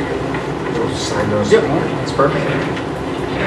All right, Oyster River Local Advisory Committee recommendation of Ken Flesher. So the town received this recommendation from the chair of the Oyster River Local Advisory Committee. You'll remember at the last meeting, I notified the board that there were vacancies. I think it's a positive step to have a representative from Barrington on these groups, and this gentleman's interested, and the chair of the committee supports it. Dan? Is Ken here? I don't recognize his name. Do we have a motion to recommend Ken for the Oyster River Local Advisory Committee? So moved. I'll second it. Roll call vote. You're right. Alien. That's right. Article 5? That by? Awesome. Okay. Moving right along. Public comment. 3 minutes. Get 6 minutes. 3 minutes. Well, I want three of those too. Thank you. Real briefly, every year, every year the fire department, typically on Barrington Day, has a MDA group drive in front of the highway garage, and we would like permission to do that again this year. Actually, I should say it's the Firemen's Association. Right. Collect boots. No, come on by, George, we'll see, I'll light your wall enough. When is this, Chief? I believe it's I believe it's June 8th, it's either 8th or the 15th, whatever, is Barrington Day, it's a Saturday. We traditionally set up in the street, we don't stop anybody, we make sure traffic can't move anybody that wants to go by. So I would make a motion that the select board, thank you. Nap by. Article 5. Alien. You're right. Bring your boots, June 8th. Your money, never mind, your wallets. Money, fill the boots, fill the boots, thank you. All right, I'd like to, public comment? yeah, public comment.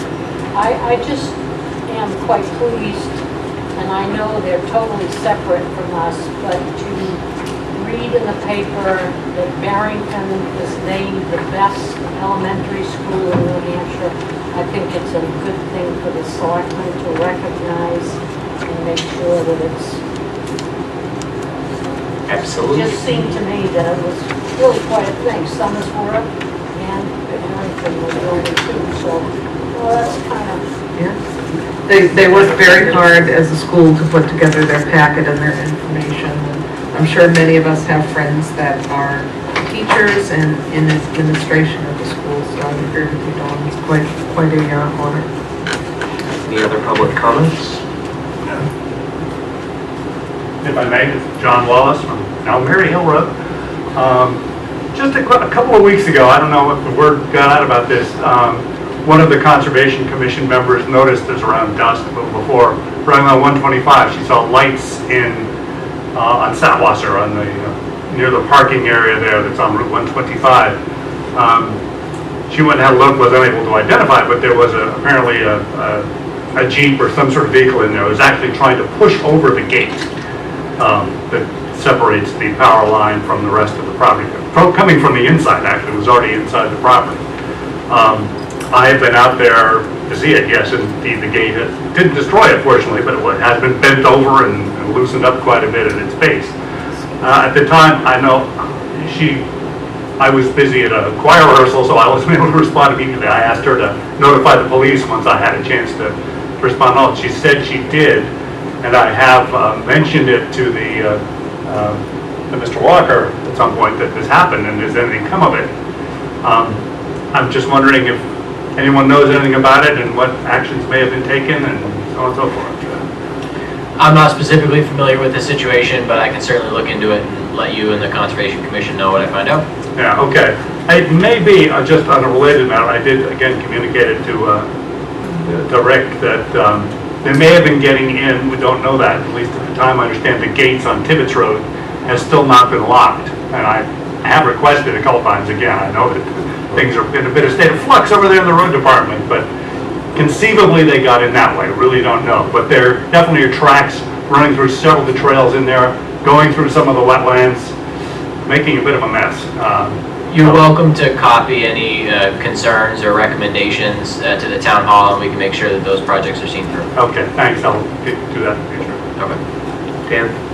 Is it, well, some of the roads are subject to gates and bars up, and you can't lock them. This is a Class A trail on Tibbetts Road.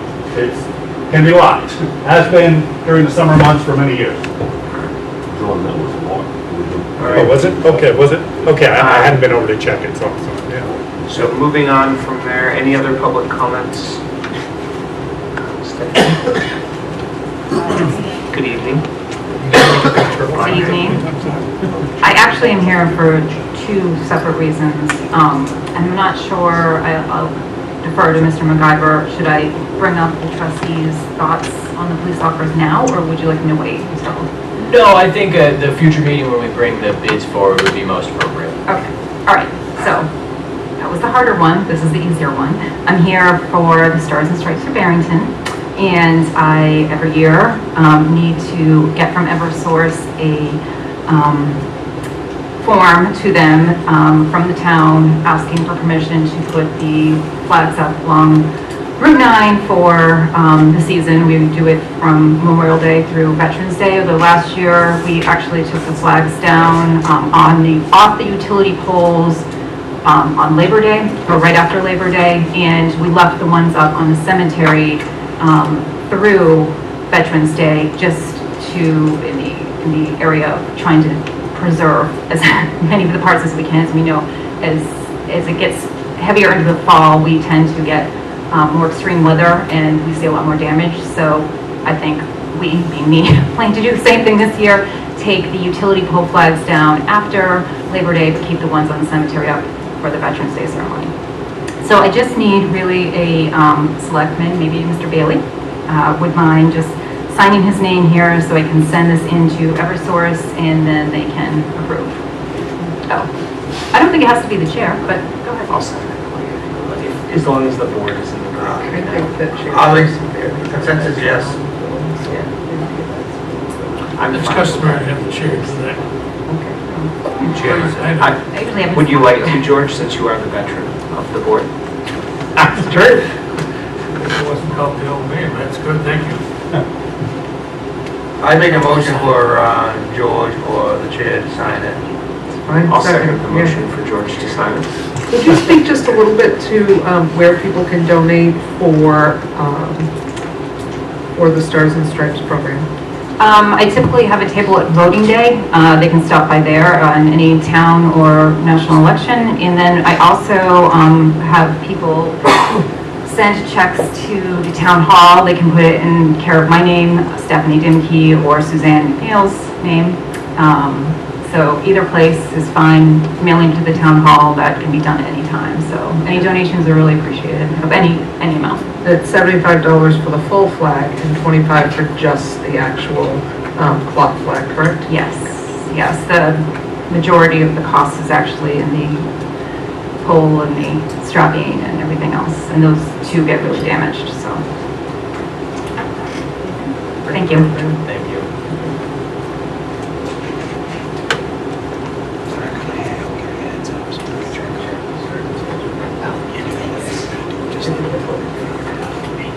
All right. Review of minutes. Any other public comments? Oh, there's no go-backs. No, I just forgot to mention, it's just an announcement that if you're not aware, this Saturday at 7:30 in the morning, there'll be a bird walk on Satwasser, in fact, that place we were just talking about, the parking lot on Route 125. Dan Hubbard and Scott Young, two local naturalists, will be leading it. We were out there this morning and saw and heard a whole lot of birds and a lot of other interesting critters too, so please come. 7:30, Satwasser on 125.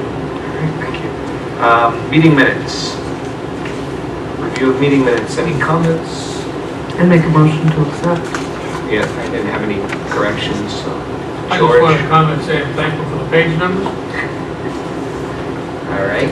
So I'll second the motion to accept the minutes. There I. Bailey, aye. Hardikoff, aye. Nap aye. Moving right along. Staff reports. So first, I'd just like to say, is my first official meeting as town administrator. I'd like to thank the board for their confidence in me and certainly for funding the transition with the previous administrator. I certainly feel very fortunate for the board's intent in the transition being that way. And I think that the town as a whole was a beneficiary of that. So thank you very much. I look forward to working with you and continuing to have a positive relationship with the board and the community. Thank you very much. So for my report, relatively short tonight, I brought Erin here. She prepared a summary from the roadside cleanup. I know when this was the first year the event happened, and there was some talk that initially that there would be a cost to the town to put on an event like this, but the decision was made early on that the benefits would far outweigh the cost.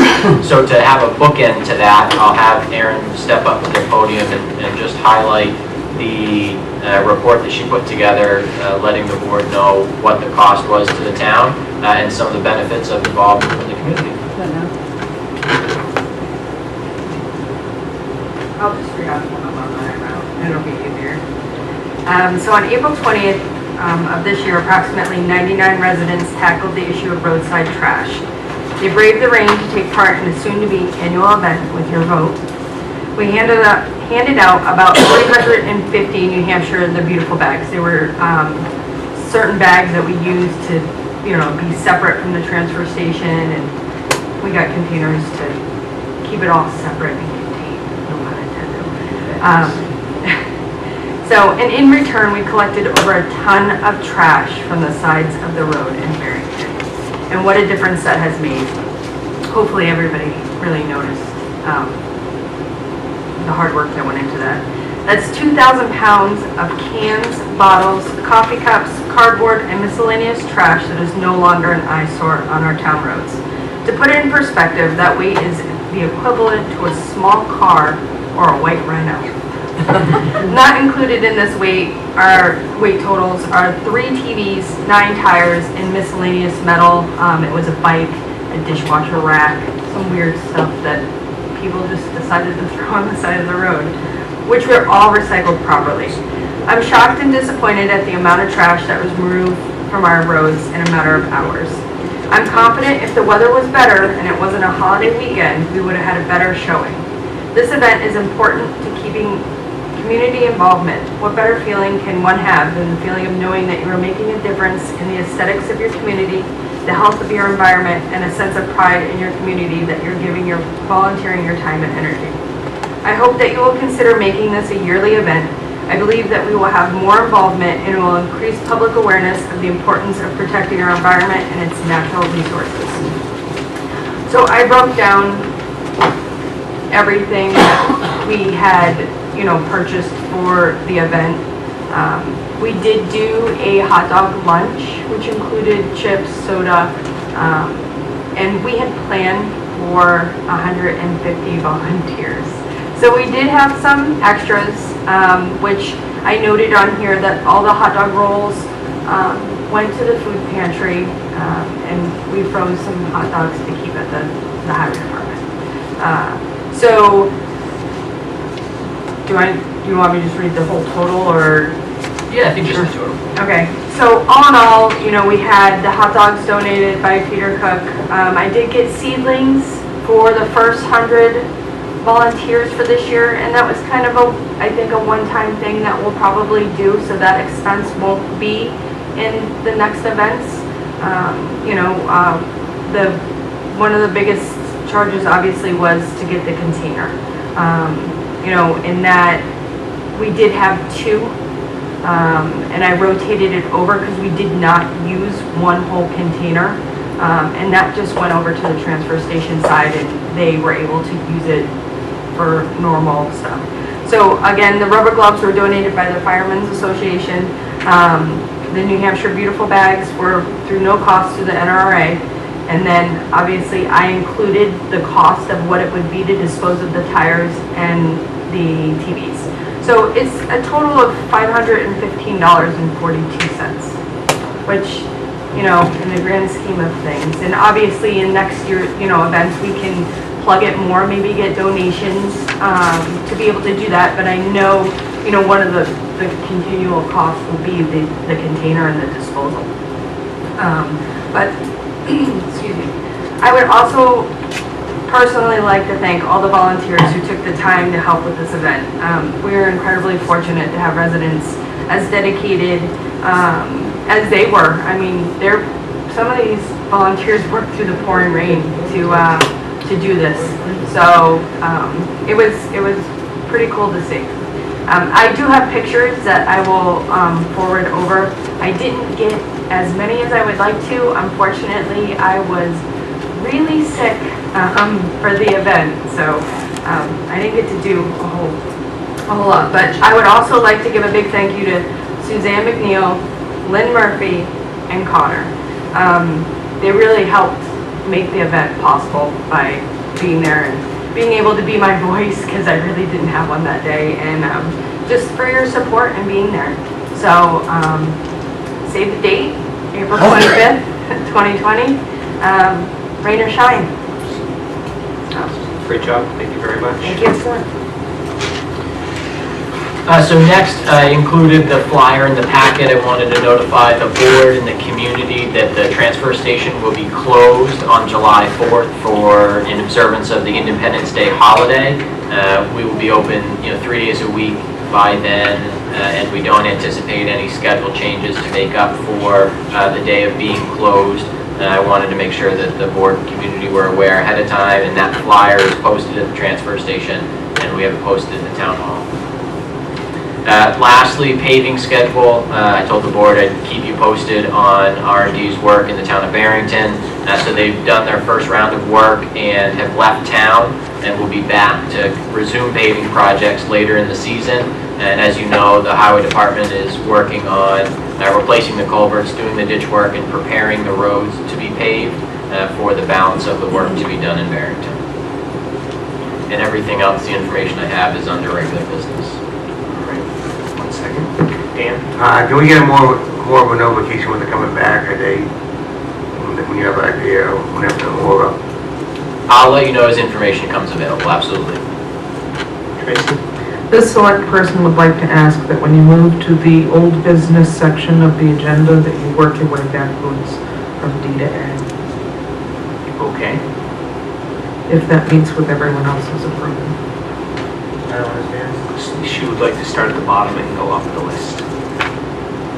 All right.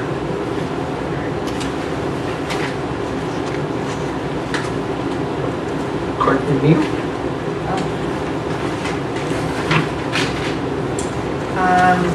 signed you're gonna sign the ABC appointments. I have one intent to cut timber. I have the timber tax warrants to be signed for 2018, 2019, totaling $27,250.62.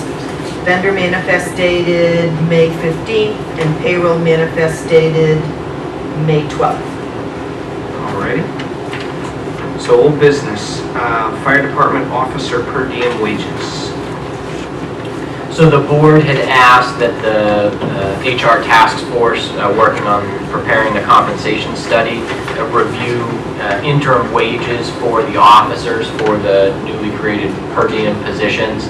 The fire chief and the compensation study task force worked to put together the recommended wages in the report, and that's the recommendation of the compensation task force for final approval for the board. So hopefully everyone's had a chance to review them. George, comments? Motion to approve.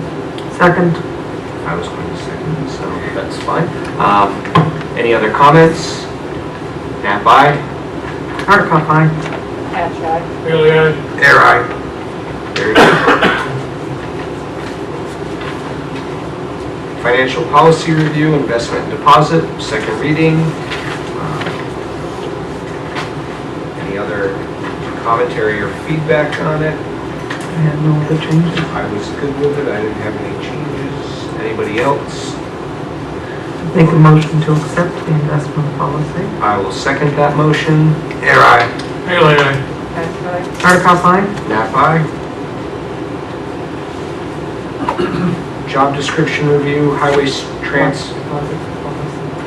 deposit policy, second reading, thank you.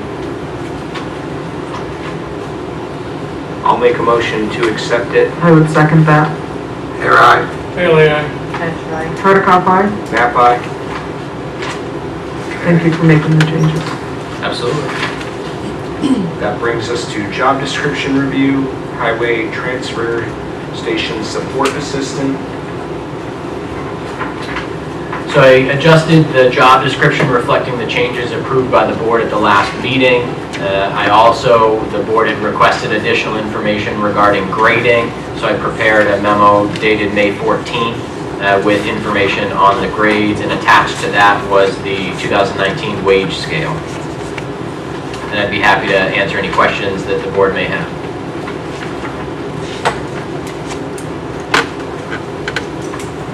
I didn't have any questions, I think it was pretty straightforward. Mr. Chairman, you need a motion for acceptance?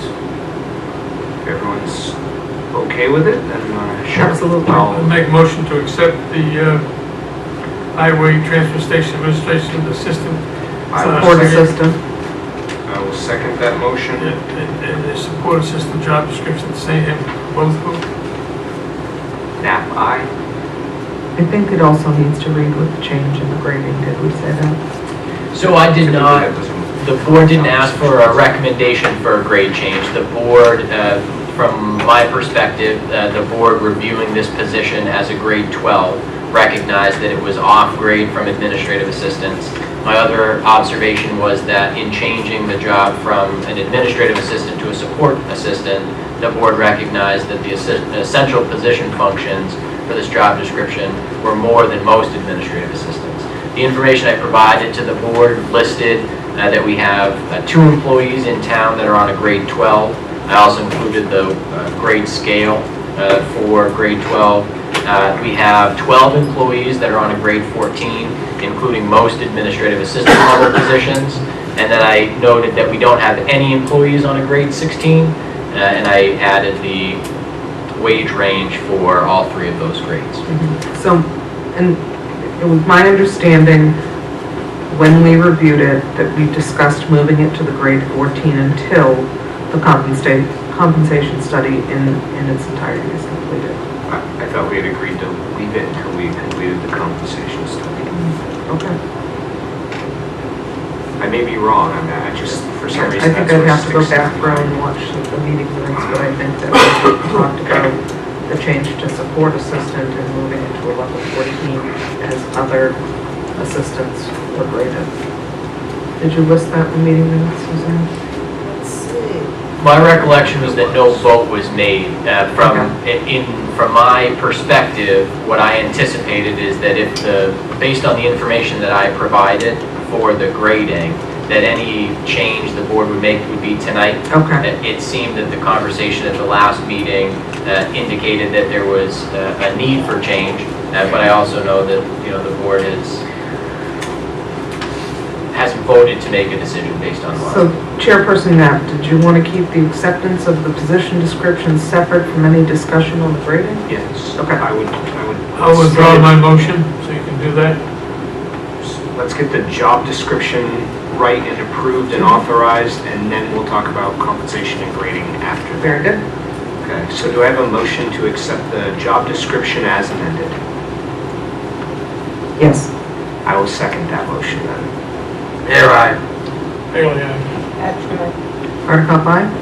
Nap aye. Okay. Now, conversation around compensation.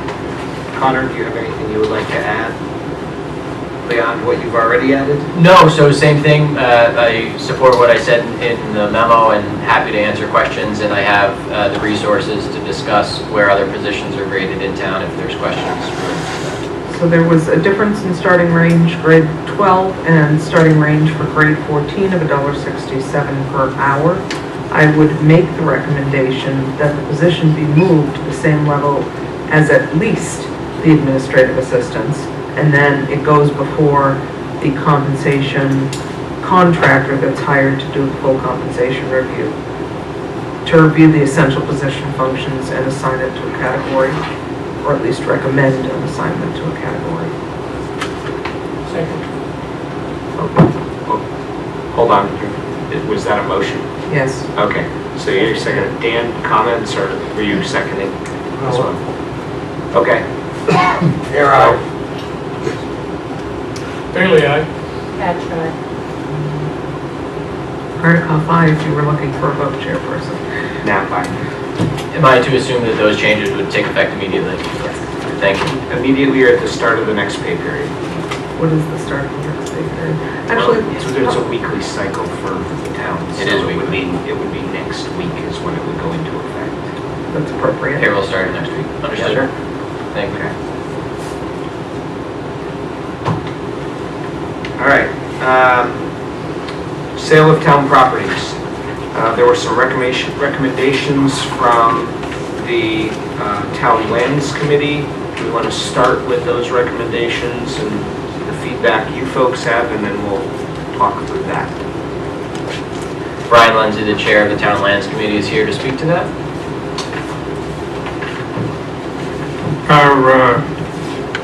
Our advice was that the select board pays uses the high bids for nine of the properties.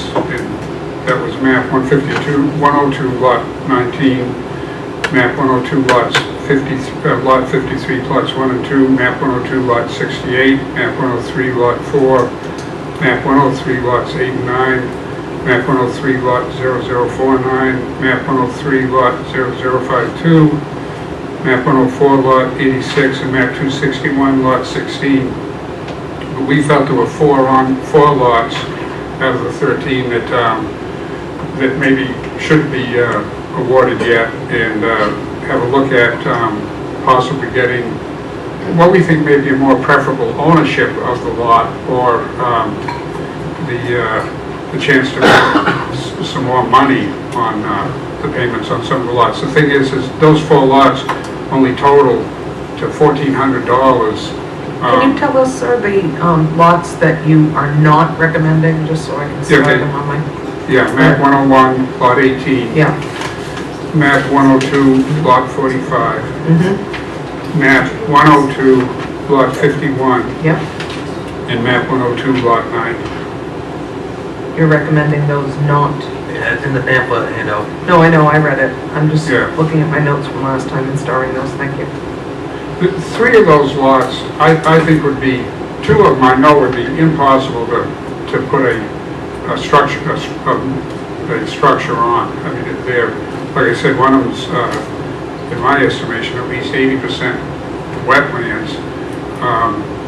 In the map 102 lot 51 is 80% wetlands down. It's just that lot is 80% wet in the spring of the year.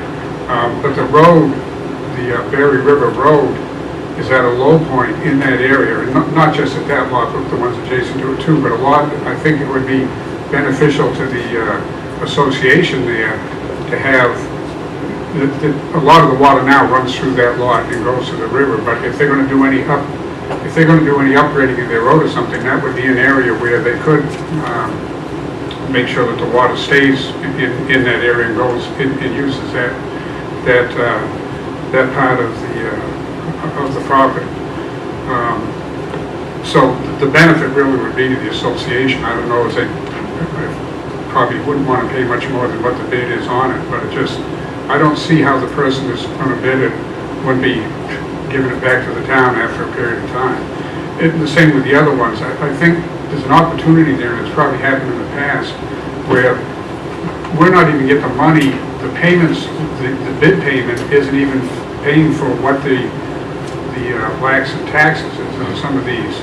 So, you know, I mean, it's just, we could be looking at it again, at the same property again 3 or 4 years from now when the guy doesn't have any luck with it. So it is easy just to accept it and get rid of them now, but I think it'd be worth on these 4 to see if we could get a more beneficial use of that land or more money on it. Do we know if the association even had interest in the properties? I mean, they had the opportunity to bid, I assume, like anyone else. Yeah, they did, and I haven't talked to them, I don't know why they didn't bid more on what was in there. Dan?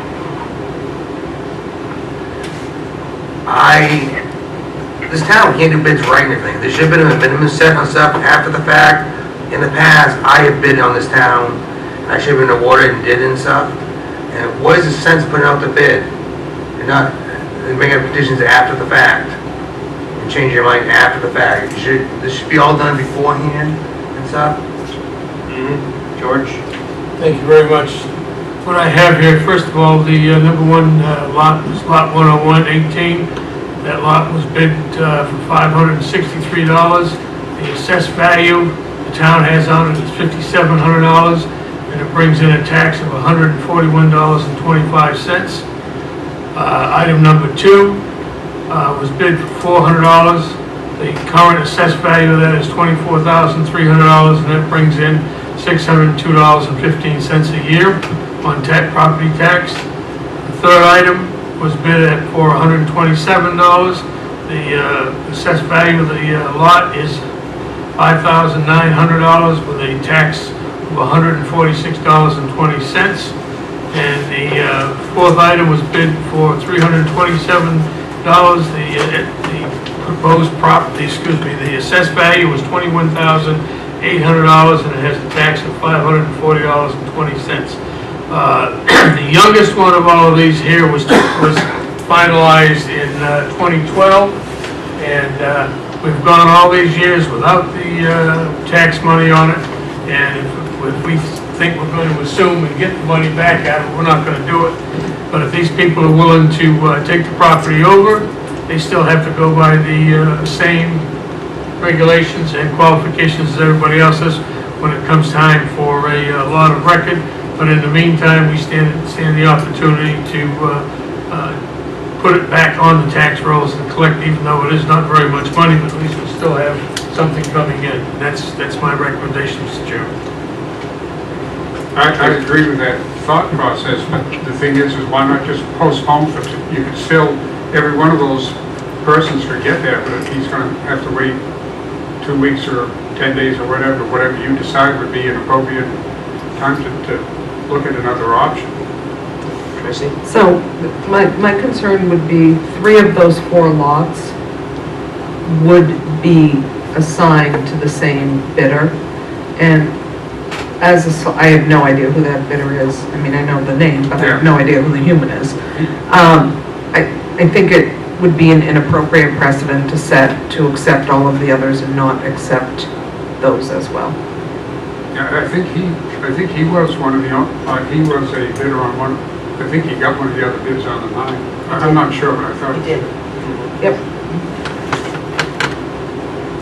George? I guess, oh, I'm sorry. Going along with what Selectman Hardikoff is stating, is that's basically the same point, is that we, and as Dan had mentioned too, Selectman Ayer mentioned that we put it out for bid, we didn't have any stipulations, and now we're being asked to be selective of the bidders, and I don't think that's an appropriate way for us to react to the bid that we put out.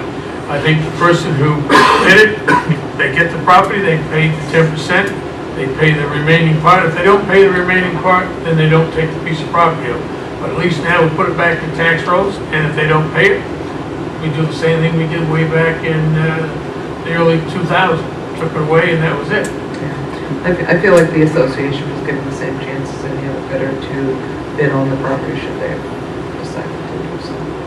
Mr. Lindsay, what was you had made a comment about waiting 2 weeks to seek other proposals. Did you have something that you were proposing for the board, or? No, well, like I told some people here, like on lot 4, I thought maybe the owner of 10165, he be contacted and asked if would he be interested in that, what would he be willing to pay for?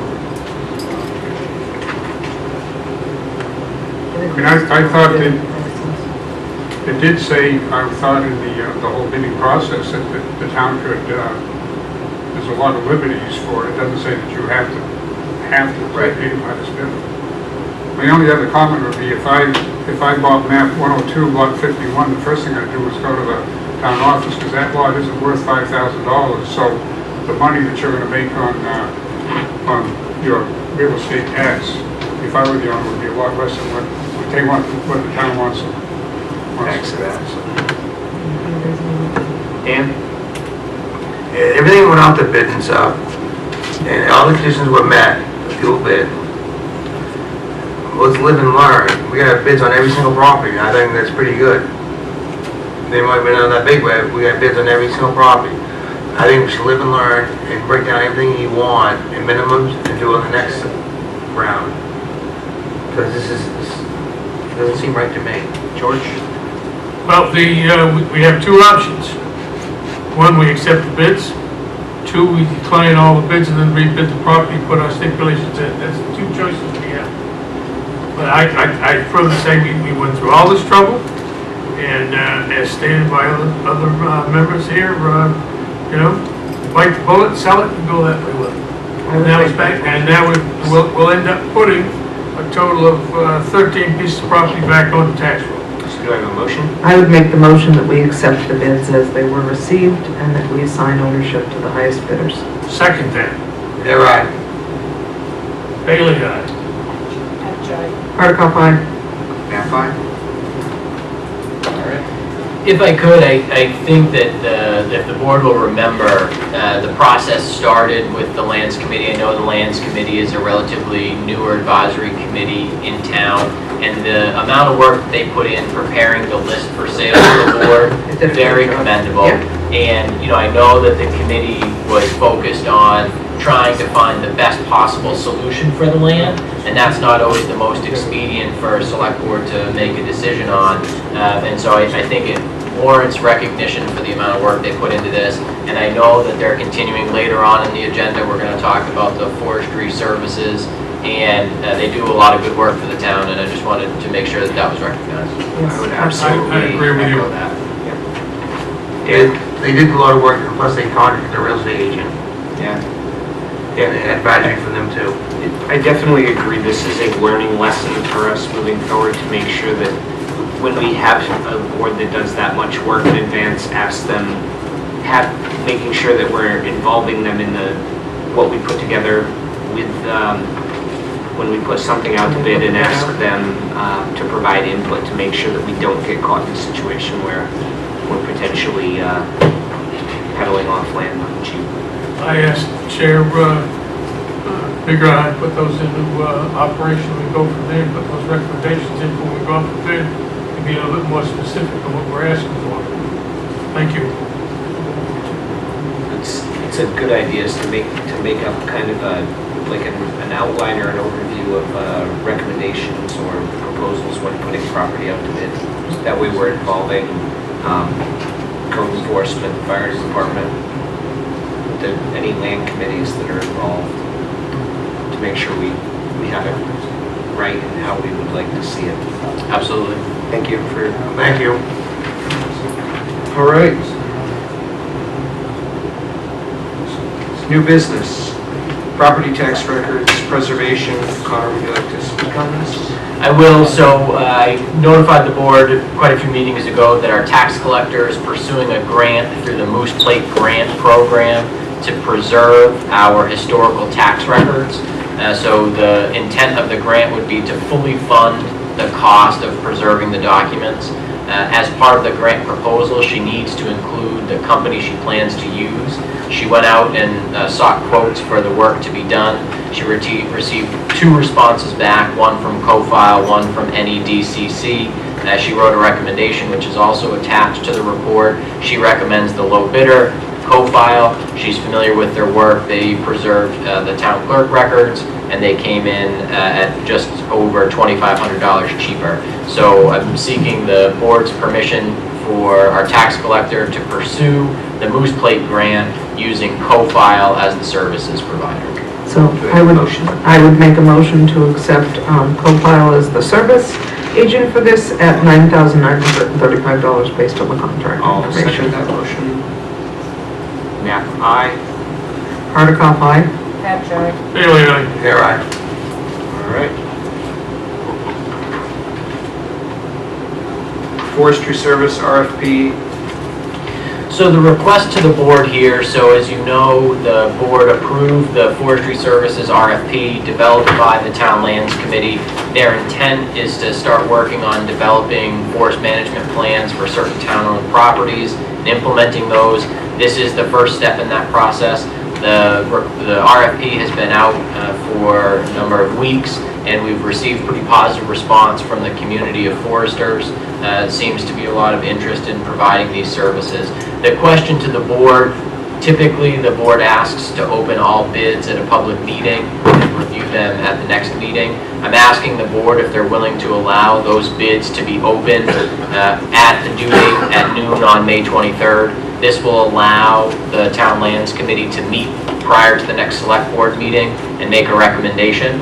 So the request for the board is allow the bids to be opened at the town hall at noon on the 23rd, be reviewed by the Town Lands Committee, and the recommendation brought to the select board at the next select board meeting on June 10th. Does that honor our right to know requirement by not opening it in a public forum? Absolutely. Okay. Nope, yeah, so it's perfectly legal to open sealed bids in that way. It's typically advertised at the due date and that they'll be open. I've asked that if the board approves this, that the chair, vice chair of the Town Lands Committee be present also. And again, being an expedient method to make sure that a recommendation comes to the board and we don't end up, in August before the board's able to make a decision. I always believe in leaving it to the experts. I was going to make the same recommendation that we have either the chair or the vice chair present when the bids are open. Dan, comments? I'll make the motion, I can be there if you want to. I'm the liaison. I also could be there too, if it makes it easier. So So whatever you decide, Mr. Chairman. I am perfectly fine if you want to have 2 selectmen there. It doesn't constitute a meeting, and also Dan is part of the Town Lands Committee, so I have no problem with that. So I would make a motion to have the Town Lands Committee open and review responses on 5/24 or 5/25 afternoon time and make a recommendation to the select board for the June 10th meeting. I will second that motion. Here, aye. Bailey, aye. That's right. Hardikoff, aye. Yeah, bye. Thank you. I anticipate having a recommendation for the June 10th meeting to move forward with that. So, thank you. Block Hill Lane improvements. Everyone should have received a memo from Du Bois and King outlining proposed recommendations to deal with that. Would our adjunct highway supervisor like to, or interim highway supervisor like to come up and provide comment? And I'm happy to help him speak to it if you'd like.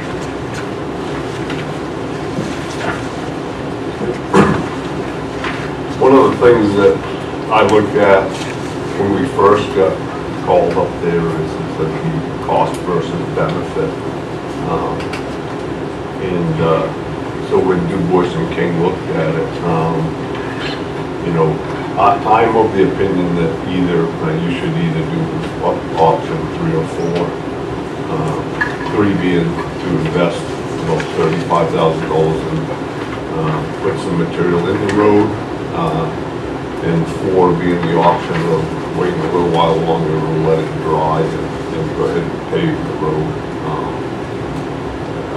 I think that it's just we want to look out for the town's investment for money invested in paving the road, but it becomes a cost versus benefit when it's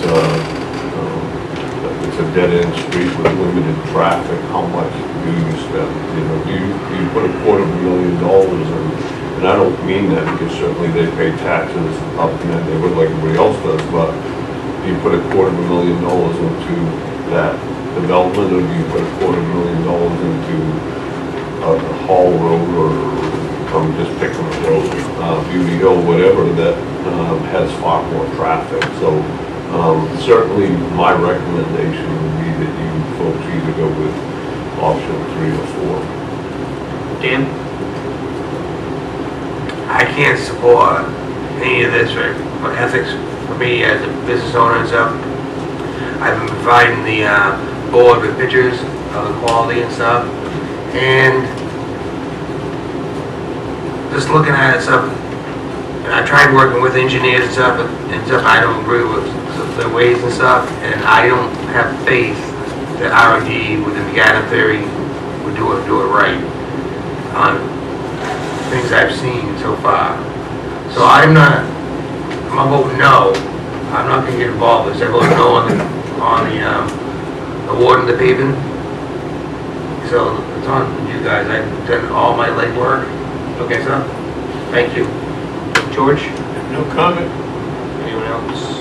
Dawn, Tracy, anything you like to add? No comment. Based on just the review of it, when I look at the information, 20 years is the life expectancy, and I agree with the chief when I look at it, the option 3 gives you a 20-year lifespan is what they're projecting on that by adding the 6 inches of crushed gravel material. For the 35,000. Yep. So, I don't know. I'll agree with you, Mr. Chairman. Correct me if I'm wrong, but I think we're not bound to use R&D to do that job. We would be within our right to put an RFP out and get quotes to do that job. Correct? Absolutely. Yep. Connor, do you have anything you would like to add? I was just going to add, so the last meeting, this was a kind of a breaking concern prior to the last meeting, so we had a short discussion. The intent of the board at that meeting was to pursue the Select Person Ayers' request for the McAdams theory. We just wanted to make sure we had a short discussion on that. So the idea is adding 6 inches of washed stone to the top of the surface and then integrating it so you have a total of 12 inches that is ubiquitous throughout, so it's a consistent layer of 12 inches. And so I posed that question to the engineer. The engineer had a couple of concerns, making sure that there weren't any fines in the stone, so it would be productive, but agreed that that would also be a productive way to shore up the base of that road for pavement. The quote from R&D using the alternate price was $38,000. For all of the work and preparing the driveways. I know the board has had a conversation on multiple occasions about the McAdams theory, about pursuing this option, and so the idea of testing it, if the board was interested in spending money on this road, the idea of testing that approach to one of the roads seems like it would be appropriate, given the fact that it's the same cost point as one of the original recommendations from the engineer. The engineer agrees that it would be an effective means for shoring up the base of that road, and then the town would be able to better decide what approach to take on roads in the future. Again, that's based on the assumption that the board is interested in spending that kind of money on this road. I think one of the things the fire chief pointed out is there's only so much money to spend on roads every year. We didn't anticipate spending $35,000 or $40,000 additionally on this road, and the engineer estimates that the added money would add 10 years of life to the road. So when Lock Hill went through the road study assessment in 2011, it had recently been paved, and the surface was graded at a 96 out of 100. And there weren't any clear signs of defect in the road surface at that time. So paving the road, now it is 2019, and the condition warranted repaving. But the real decision before the board is whether the unplanned expense of $35,000 or $40,000 to improve the road is appropriate, or to, like the chief pointed out, to have a different bang for that buck elsewhere. So that's the political decision you folks are asked to make. Just a comment, and then I'll put it out there. So if I look at this, it had been recently paved in 2011. Correct. And here we are in 2019, so 9 years later, repaving a road, and that stretch of road at a cost of... That's what I was going to ask. Yeah, What is roughly, the cost? I'm trying to think what the 25,000 cost for Lock Hill. We don't, it's sometimes it's difficult to have that number by road. Yeah, I know we had a rough estimate in one of our prior meetings. In a conversation, I remember $25,000 for the pavement. We can I certainly... check it real quick, roughly. So I think that's an important number for us, because if it's doubling the life of the road and it's $35,000 to pave it, $35,000 more to add the subsurface that we're talking about, and it extends the life, we're breaking even. I ask what the point is. Cost to pave the road, estimate? At $65 a ton, I come up with 495 ton. So that's 32 grand just for the thing, and then they ground it too. So, It was a little over 8,000 for the reclaim. yeah, so you're talking 40 grand for that road. So $40,000 For 10 years. for 10 years. Double it for 20. It's not It's cost kind of a effective wash. to do this. Yeah, because then you got the base after that. Right, and that's, you're putting in a base, that means you're not replacing it in 10 years, you're replacing it in 20 years. Well, you're not replacing the base, just the pavement. Right. So moving forward, you create a longer life expectancy for the road. It's flat, it's a flat wash now, but you create a longer life expectancy plan. And there's 10 residents on the dead-end cul-de-sac, and so I guess first the board would need to decide if they're interested in investing in that road, and if you are, the method for pursuing that. What's your recommendation, Chief Walker? I'm not an expert in this, I need an expert, so. Neither am I. If the road was on fire, I could probably give you some. Again, as I stand here and listen to you, and Andy makes the argument that you spend the extra 35 and you're getting, assuming 20 years, that what an engineer is assuming that that we'll get 20 years out of it. I guess the biggest issue is going back and looking at our numbers and making sure that we can afford to do this, that we're not, and I apologize for not having that information. I should have probably been more prepared for this, but I probably should have sat down and looked at Aaron to see the numbers and see, one, is there money in the paving line to do this without taking away from any of the commitments we've already made. So assuming that we could, assuming that, my initial reaction is pave the road, get 10 years out of it, and I'll be long retired by then, it's somebody else's problem. Thank you, Chief. Yeah. But the reality is we're all taxpayers. And, you know, the money spent on that road belongs to all the taxpayers, and we have an obligation to spend the taxpayers' money as wisely as we can. So I guess what I would ask you to do is put it off till the next meeting, let us go back so that Aaron and I can sit down and look at numbers. And I guess the one big question is do we have the money to be able to do it if we chose the $35,000 or $38,000 option? And if we don't, that presents you guys with the challenge of, are you going to look for money and how are we going to do it? And maybe we can talk to a couple of local contractors and see if just a ballpark quote as to whether that can be done more cost efficiently. Dan? Well, the important thing is money, Tracy, you spend the money now, you double your life, but you need to follow the payment management plan. If you don't follow it, you're wasting money and stuff. I understand. And then two, there's 59 grand roughly left over in the budget, but there is other emergencies in their house. I think we should let the people running that department come back with a report on what their recommendations are, where we're at with spending the paving dollars, and is there money that can be allocated from those paving dollars for this?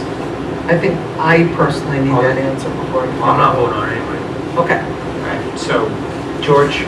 Well, the other question is, does this include the handwork necessary for the driveways? Because I know that there was a talk of a bill coming in from that, that's why. Yeah, that was. Yes, there's a secondary portion of it. And if we were to fund it at $38,000, it would cover all of it. Yeah. Okay. So everyone is in consensus to put this off to the next meeting to allow them adequate time to get more information? Yes, sir. Good questions, thank you. All right. Thank you. Police renovation building permit. So as you know, previously, we had brought from the public safety building, the fire department building permit for the board to sign. So the decision the board made at that meeting was to sign the building permit with the condition that there be a residential sprinkler system installed. You may recall that the conversation was a residential sprinkler system or an escape window was required. The safer of the options for anybody sleeping in that facility was the residential sprinkler system. The first order of business is to award the bid for the residential sprinkler system. There were two responses. The recommendation is the low bid at $3,100 for DM Burns Security. I would make a motion to accept that bid at $3,100 and award that sprinkler system. I don't agree with putting a residential sprinkler system in a commercial building myself. That's been my position all along, even though I do agree with upgrading the facility, I just don't agree with that. So we have a motion, is there a second?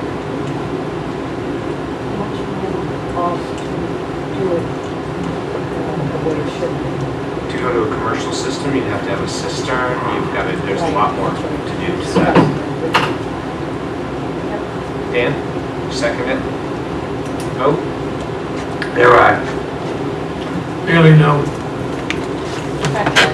Hardcom, aye. Knapp, no. It passes. The next topic is the police department. So as you know, starting last budget cycle, the board approved moving forward on a police department renovation to have a short-term fix to address the issues identified during their lien process. The document you have before you is the building permit application, similar to on the fire side, but a little bit more complex. Additionally, the information that you have available, you'll remember that Paul Sanders, the facility manager, will serve as the general contractor for this project. He worked with Harriman Architects to design the new layout, and he has prepared an action item list and a budget for the project for moving forward. The two things I want to note, so you're being asked to approve the building permit as the owner of the facility to move forward with the project. The project is planned to start in June and last approximately 8 weeks with, like I said, Paul Sanders is the general contractor. So the first thing is to move forward on that building permit application. The proposed budget, I wanted to notify the board and seek approval, right now is $57,699. That budget is broken out in the approved material, or in the included materials. What that budget does not include is the money necessary for firearms and personal artifact storage lockers and additional security cameras. So one of the conversations that came up during this conversation, or one of the items that came up during this conversation, is the physical cameras in that facility are outdated, and the 3 cameras to be added will be upgraded, and it might be the right time to upgrade the cameras in the entire facility to include added cameras so there's full coverage around the building. So we're working on developing a quote and getting information to the board to make a decision specifically on that. So that's one thing that's not in that $57,000. And the second thing is the storage lockers. So that's an item that's going to be approximately $20,000 that will need to go out to bid. And so the intent is to bring those bids back to the board for review and approval and funding source. George, or Dan, sorry. I'll make a motion on the $57,699 do the job. We don't have enough information on the other stuff. I don't think it's necessary, no intent of this. We already went out to bid once, it didn't work out. This is coming in within what we budgeted. And I think I'll make the motion to do the $57,699 only. Tracy? So, it was my understanding at one point in some timeline here that we had approved $81,000. And this is $87,699.63, all in new cameras, new storage lockers, and the building being upgraded. We're within $6,000 of the original request to complete all of this at once. And I personally don't see a reason over $6,000 to not approve the three asks in the building permit. So one reason that from my end that I wouldn't approve them in a building permit is lockers are, gun lockers, things like that are considered portable equipment. They don't belong in a building fund. They're an addition to a building. They're not part of the physical structure of the building. Although we will put them in and mount them and enclose them, if we leave the building, we will unbolt them and take them out of the building with us. But they're still a needed part of the operations. If they're not currently fitting within the structure and they have to be changed to fit within the modifications of the renovation, it makes sense to approve them. It would just come out of a different budget area is all I'm saying. I agree with approving it, it just comes out of it. It doesn't come out of a building budget. So I would make a motion to approve the building permit application signed by our chairperson, Nat, and that we approve the $87,699.63 in parts 1, 2, 3, A, B, C. You're articulating my motion, and James for a second. Hold on. So Dan's made a proposed motion, Tracy's made a proposed motion, George has a comment, and I know Connor has additional information to add. So George, go ahead, please. You covered my comment. The comment was going to be, we already have one motion on the floor. Connor?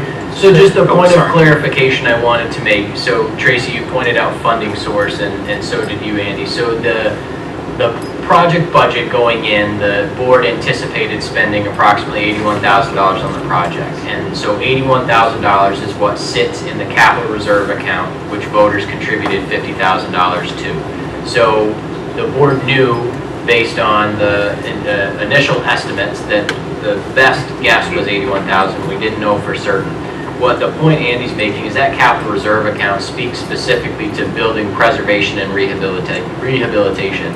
You might remember that Stephanie Bodek, or Dimke, thank you, apologize, referenced the second issue. So as a trustee of the trust fund, the trustees were asked if the lockers would be an appropriate purchase out of that fund, to make sure if that was an available funding source, we would be spending the money appropriately.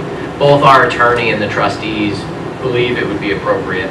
So to Tracy's point about funding source, there's money available in the operating budget and in the capital reserve account to fund those portions.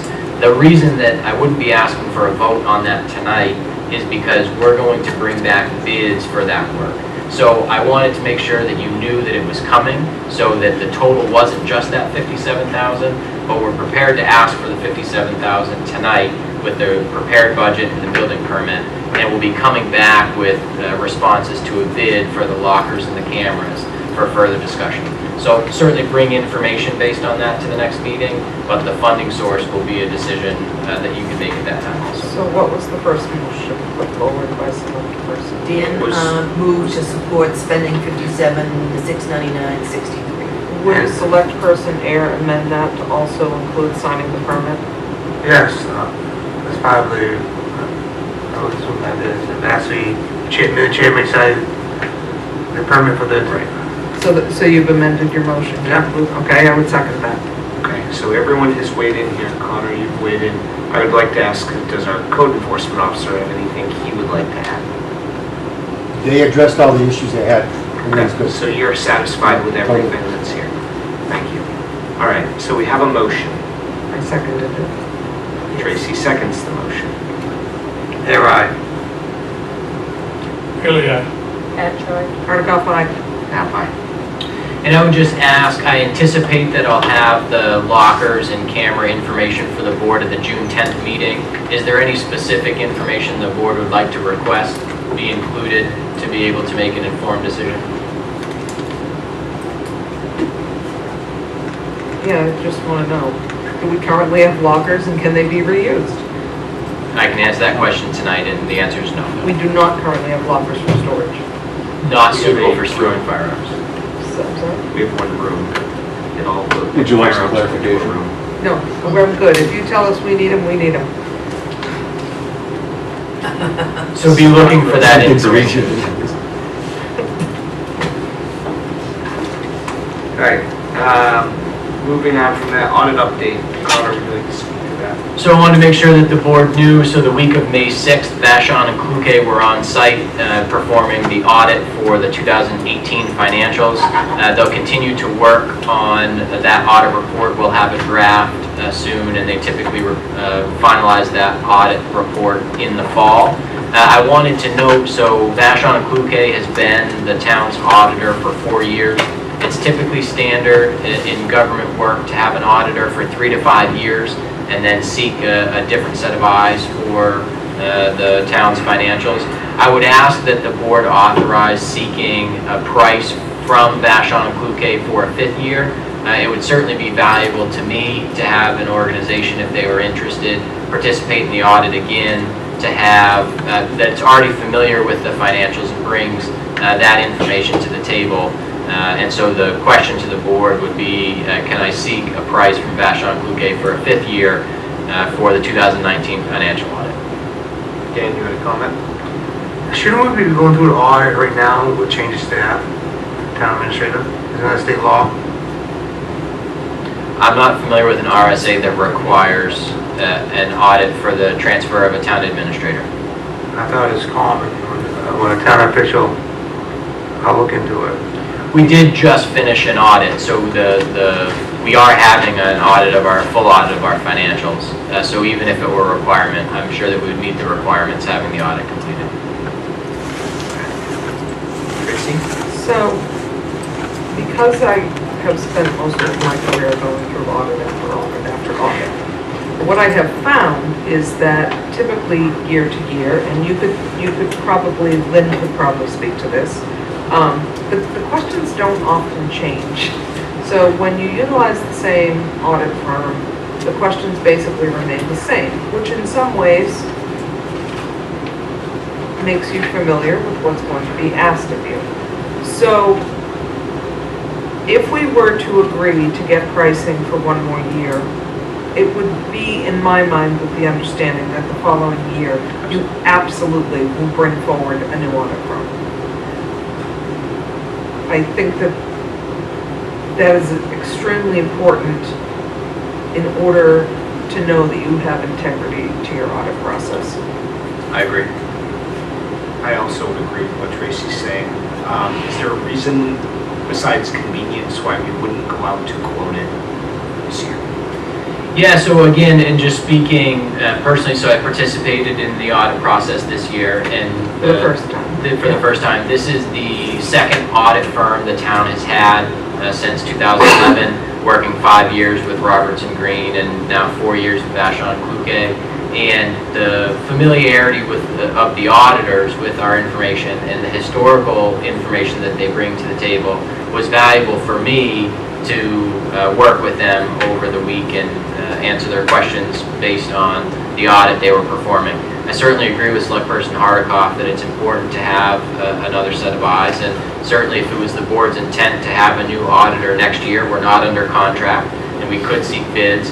I found value in participating in the audit process with an organization familiar with our financials and saw continued benefit for next year, but there would likely be benefit, like Select Person Hardikoff said, with having a new auditor in the future. I think year 5 is about the maximum. Just my thoughts on it in general are, and we went through it earlier, you look at a situation where we're dealing with an undetermined or unverified amount of $224,000 that lingered for 8 years.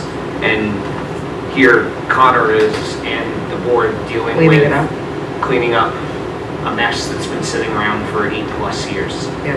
Well, the good part is it will be resolved, and you'll have an audit firm that's familiar with what the resolution was, so that when they do the audit, you won't get a manager's note on it because then you will have followed the recommendation of the auditing firm, is my thoughts. So, general thoughts on it from the board. I have nothing against going out and rebidding it, but I'm also fine with going one more year. But if we go one more year, I would insist that we did not do it again next year. Yeah, agreed. Any other feedback? So how would the board like to proceed? I would make a motion that you ask for the pricing for the 2019 financial audit with the understanding that after this year, you will be taking over audit.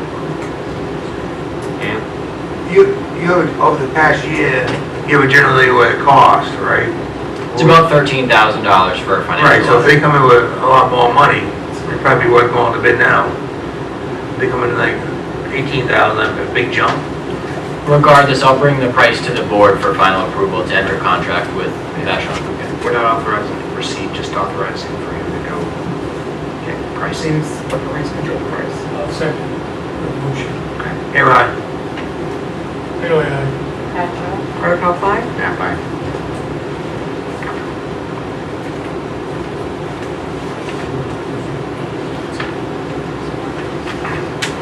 BYA field improvements, Select Person Air. Yes, I had the privilege of going to the planning board, and I personally, I didn't make any promises, but I said I would bring it forth to the Board of Selectmen. As being a good steward of neighbors, the highway garage abuts the ball field, and I believe in an organized mess, and we do have an overburden of soils that if it gets tested and stuff, and all liability, it's clean, to give it to the ball field for their reconstruction when it goes out to bid for them, and to have the contract to take the tailings from that compost pile and stuff and make a nice berm along our property line and let it naturally vegetate, and it'll be a visual blockage from the ball field into the highway garage, and it will keep the dust from blowing across the thing, and then we can have a nice organized mess out back then, what we want. Thoughts from the board? Thoughts from Rick? Chief, what? Girls play down The BYA field, always. there? Oh, don't say always. Okay, always since I've lived in town. So the issue of, we do have quite a pile of soil that we picked up on the side of the road. For a number of years, we hauled it to people in the neighborhood we were working in. If people would stop by and ask for the material, we would give it to them. In some cases, we might actually ask people that we knew might use this material down the road. We might ask them if they want something, because obviously it was a lot cheaper to dispose of it in the neighborhood than it would be to haul it all the way back to the shed.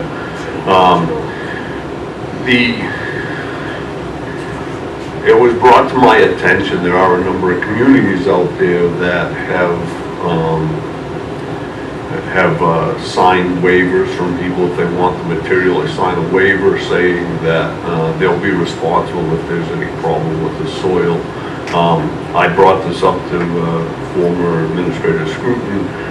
He checked with the insurance company. The insurance company said, well, you know, we're not necessarily in favor of that because it's pollution is an uninsured liability.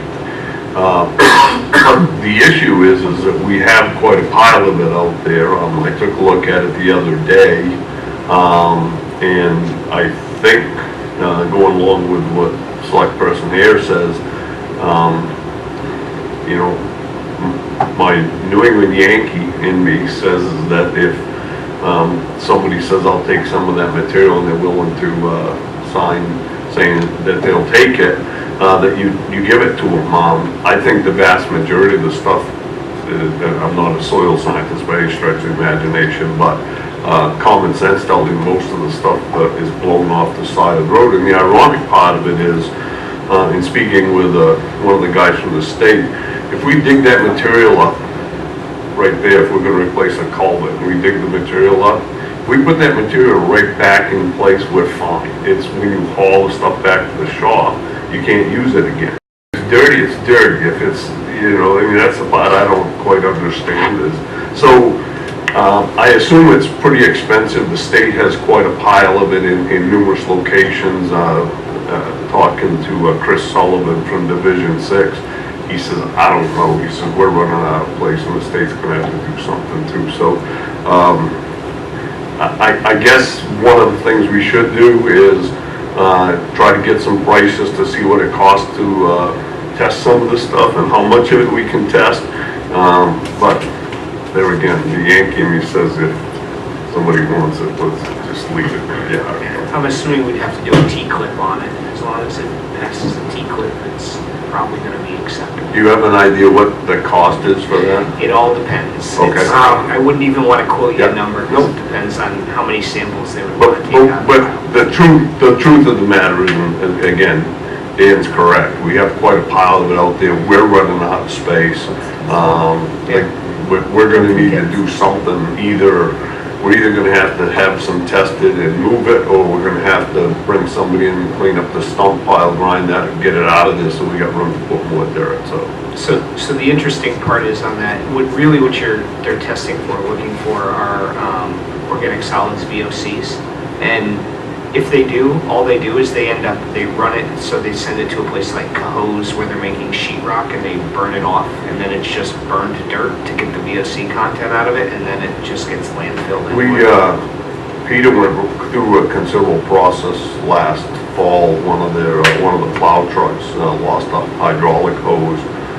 We cleaned it up. The state came and looked at it and determined that we didn't clean it the way they wanted to. We picked up what amounted to be about a 1-ton dump truck load of material, and by the time Peter got the testing done and found somebody to actually take that material, it ended up costing the town about $5,000. Dan? My proposal is not for the town to spend any money. Have a qualified contractor, whoever wins the contractor or the BAU, they take care of all that. And then when they're done screening it, they take the tailings, that's the chunk, right, and they make a nice berm. So I'm not proposing that the town spend any money. I'm just offering to give it away, but they still have to meet the criteria. So nothing's free. They're gonna have to pay for the testing. Right. So we would have to definitely have it tested, and no, I can tell you they can't do it. I understand. Hear me out. And then there is, from an insurance end, there is what's known as a pollution exclusion on everyone's insurance policy. So that creates liability for the town, so we would have to validate that it was clean soil and tested for them to take. So, so what are the proposed recommendations, or what is? Gather costs for testing. Okay. So, if you want, Rick, I can help you with that, with some people who can test the soil for us. Yeah, I do, I'll give you. All right. Okay. Okay. So, are you happy with that, Dan? And then we'll leave this on as old business for the next meeting and come back to it. So, if you guys want to pay for it, or they pay it, but this being, all I promised, that I would bring it to the board. So, we've given them the option to, they want it, they have to pay for some testing, and something, sign the waiver, or the lawyers want, I guess. George, you have a wandering finger. I did. The only thing that really bothers me is that, like you said, the VOCs are in that material. Potential. Carry on. I understand what you're saying. And, but if we turn around and allow that to be distributed, the liability to the town increases, especially when we have the young people there, susceptible to be around, I think we should. It's all being tested. Please let George finish. The idea is to have it tested first before we do anything with it, so at least we're not spreading it in the liability of being contained in one spot. Absolutely agree. Thank you. Okay. The next item on here was this Disabled Veterans Credit Introduction by Select Person Daly. Thank you very much. What we had there, Connor brought to my attention, so did Suzanne, that the state passed a new RSA that raises the standard for veterans, and that's 100% disabled, veterans certified by the VA with a letter that says totally disabled. And what they've done is they've raised the base amount to 700, raised it by $1 to 701, and they put the maximum at 4,000. The reason I'm bringing it up now is that we're getting close to budget time, and if I would just, I'm asking if the board members would consider looking at that, and considering doing a petition, or doing the warrant article to the public to see if they're willing to raise it from 2,000 to 4,000. And the reason why I did that is with the help of Connor and Suzanne again, I found out that the 2018, the average increase to New Hampshire was a increase of 9.3% increase, and the average wage for Barrington is somewhere in the neighborhood of $72,000 So per when you family. Sorry, when you say a 90% increase, are you talking about a 9.3. property tax increase? What is your target at 9.3% That is the increase on everything combined together, food, gasoline, taxes, and everything else. Yeah, that's the cost of living went up about 9 it's not an average, it was just for the year of 2018. That's the only thing I could find, because I was short pressed on time to find it. When does the state RSA go into effect, those recommendations? January 1st, 2019. It's passed. It went through the cycle last year and was available to communities starting January 1st, 2019. And how many of those communities have adopted a 100% disability $4,000 tax write-off?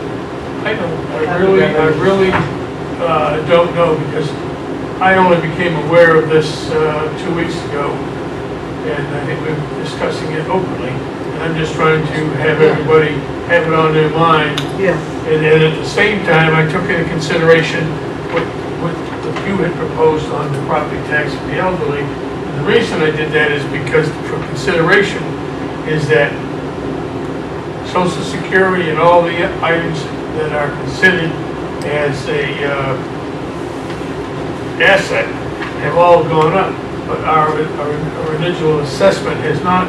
And according to what Suzanne has helped me with, is that there's 5 people in town already that have lost that exemption.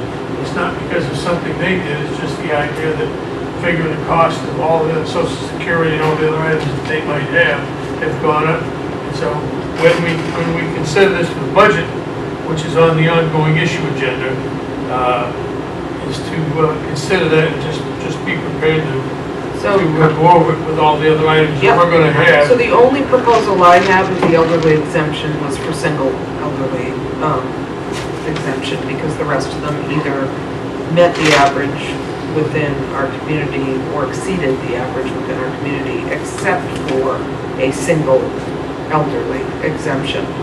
In reference to the veterans exemption, I think it's important to go to NHMA and ask how many of the other municipalities in the state have chosen to adopt the $4,000 exemption. Would we be the only?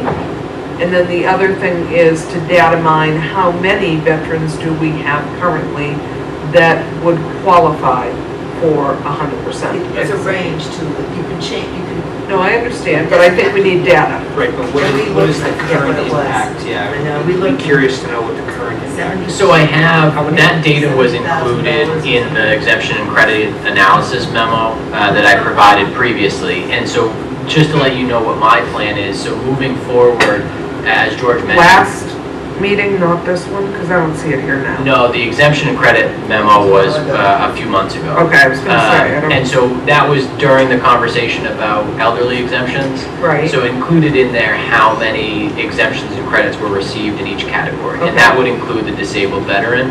So we'd be able to see what the value, the lost value would be in going from 2,000 to 4,000. Can you update the memo with an HMA response to this statewide? And so what I was going to say is my plan, as George referenced, the board had indicated a plan to have a further conversation on exemptions and credits this fall, and I was planning to do just that. So have an analysis for each of the credits and exemptions, include the information, and the select person Bailey wanted to make sure that this was on the radar I was for going to the say, board. can we add it to our list of unfinished business? Because I love that that's at least sitting out there reminding us of what we're doing. Yeah, well, It is it's on, good. and I just came across it, because I just want to make everybody aware of the 4,000 so they can have something to look at. So you're going to reissue that, Connor, for us? So I'll prepare information As we get for the closer to board. fall. Absolutely. But you may find that there are other towns and cities that adopt that between now and the fall, and I think It has to be a that's- town meeting. Yeah. Oh, Has to be a town- yeah, so, town meeting. so basically no one's adopted Well, they it may have. unless, oh, This right. March. And there's a couple that met this. No, they're probably not, because they wouldn't have gotten it in on time to make it a warrant article, right? No, they would have. Oh, they would. So it Okay. was, yeah, it was long, and there are some that have. It was law on January 1st. And we just missed it. So, moving on from that, is there any other new business, anything that anyone would like to bring up? Going once, twice. All right, moving right along, select person's report. I will start tonight and shift it up. I did not have a meeting. I have a meeting tomorrow for the planning board, so I have no report. I have no report on rec, I was actually at a presentation. We had a hearing, reported at that, and we also had one set in June, unless it's canceled. Right at this point, the zoning board has a, So you had a May meeting and you have one in June. yes, we hadn't had one since October. Tracy? I did attend the school board meeting, Ah. which was excellent. They had a presentation by many of the early childhood education readers that was absolutely adorable, and then they led us all in the Pledge of Allegiance. The school board itself was talking about their off-site day-long retreat and how they would structure that. The teachers and staff and administration participated in a blood drive, which was, I thought, an excellent community-based approach to helping people. They did their updates for each of the schools, and for me, it was enlightening to hear from the different schools for the first time sitting through a school board meeting. Very well very well-spoken group that's leading the select board, so. And there was a the school board, and there was a presentation to one of our former police officers based on their participation within the school system. So it's a very long meeting, but very good. Did they issue the gift bags that they did for the police department? It was a certificate? No, at that one, it was just a plaque for, his last name, James, retired after 32 years. Jake Banyan. Yeah, Banyan, sorry, Jake Banyan. Mr. Bailey? I have my meeting tomorrow night. Alrighty. Mr. Ayer? I didn't attend the town lands committee or there was a call. So then, there wasn't conservation, but thanks, Andy. I did attend the planning board. Thank you. I didn't.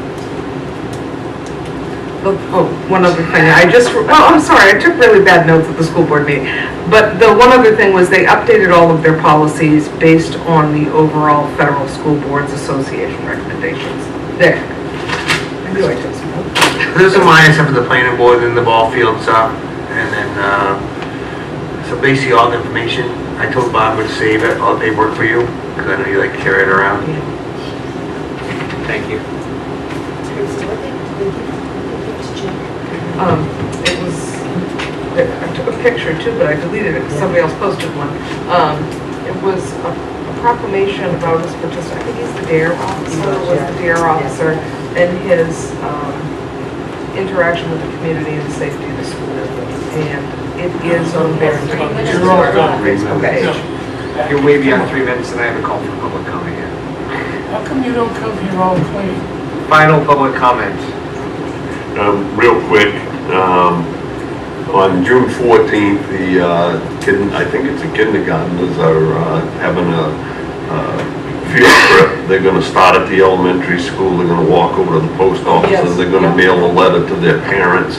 Then they're going to get on the bus and they're coming to the public safety building, and half the group is going to go over to the police station and see a demonstration. The other half's going to come over to the firehouse, and we're going to feed them pizza. And then they'll swap, so we'll get all the kids. The fire association is going to buy pizza, and the firemen and the police are going to get to eat with the kids, so that'll be kind of neat. And then from there, they're going to the highway garage and get a little tour of the highway garage, and they go get an ice cream. I was going to load them up with candy before they got the ice cream, send them home to their parents. But anyway, so we're looking forward to that. That'll be fun. Just want to let you know, this is just a heads up in case one of you get a call in particular. At the end of Ramsdale Lane, there's a good-sized poplar tree that the beavers are attacking. I looked at it today because it's been all over social media, and somebody came into the highway garage concerned it's going to fall in the street. The problem is it's well off the town right away. It's on private property. We don't have any right to force somebody on private property to do something with it. As ingenious as the beavers are, I'm pretty confident that when they know what they're doing, and they're going to drop that in the swamp where they want it, not out in the middle of the road. But again, this is more of a heads up for you folks to know that I'll reach out to the people, but Connor and I discussed it today. Obviously, we don't have a right to go on private property and do anything, so we can't do something. And if the property owner chooses not to do anything, I don't see that we're in a position to force them to. So we are dealing with it, maybe not the way some people would like, but we are. And the other thing, real briefly, I just wanted to tell you, the highway gang, the guys and folks are doing a good job over there. They're making my life as uncomplicated as they can, and I appreciate that. And I know that you folks are going to be looking at some potential individuals to take that department over tonight. But I just wanted you to know that from my perspective, if this was November, I'd be jumping up and down and screaming at you guys to hire anybody that would come to work for you. But thankfully, we're not in that spot right now. The gang's doing well. we're getting the work done, they're getting the work done, not me. They're doing a good job getting the work done. The highway department is keeping going, so my point is that there's no real pressure on you folks to, please don't feel that you have to make a decision tonight. Certainly if there's something you folks like, I'm all for it, but if you feel you need to go somewhere else, I want you five to know that the highway department's doing a good job over there for you, and time's on yours. Thank you. Thank you. Any other public comments? I would like to see the recreation invested a large amount of money in the green play. In reading the results of that, there are a number of intersections between what I consider library and community, conservation commission, and I would really like to recommend that the rec commission take that report and work very closely with the other departments within the town and implement as much of it as possible, as opposed to the silo effect that we sometimes get when we're not integrating and collaborating. Echoing exactly what I had said earlier. Dan? That's what I was trying to say earlier to him, because I know it's going 2 years and stuff, and they have talked to the trails or conservation and stuff. I know conservation has a lot available on that or Facebook, but they did not. My understanding, they have not talked to the Trails Committee at all. Well, I thought that a variety of information was shared in reference to community and community building and multi-generational events. And I think to myself, here's the library trying to execute the build of a library community center. And as I read that, I think to myself, how much of what the townspeople, and 20% is a good participation rate for a survey like that, how much of that could be incorporated in a new community library building should our voters next round have 2020 vision? George? Yeah, the thing I want to point out is that when it came for all these other committees and what have you, I know that Tara sent out notices to all the other committees and set up dates and everything else for these individuals to come. And I know from listening to some of her comments and other commissioners' comments, there's a lot of people in the other committees did not come forward, except for now saying that they weren't informed, but they were given a certain time and asked to come there. This was 2 years ago when they did that. Yeah, I sat through committee meetings with a large number of different people from different committees. So. But I just think now that the report's back is the time to not function as a silo, but to integrate everything. So motion to go into non-public for personnel and reputation. Are you making it? I'll make it. Okay, I'll second it. There, I. Bailey, aye. That's right. Hardikoff, aye, with the stipulation that by 10:30 we end that meeting. No. No matter what. Yeah, No. we could have done it sooner if you hadn't gabbed on here at the end. Oh, okay, thank you, Chairperson Knapp.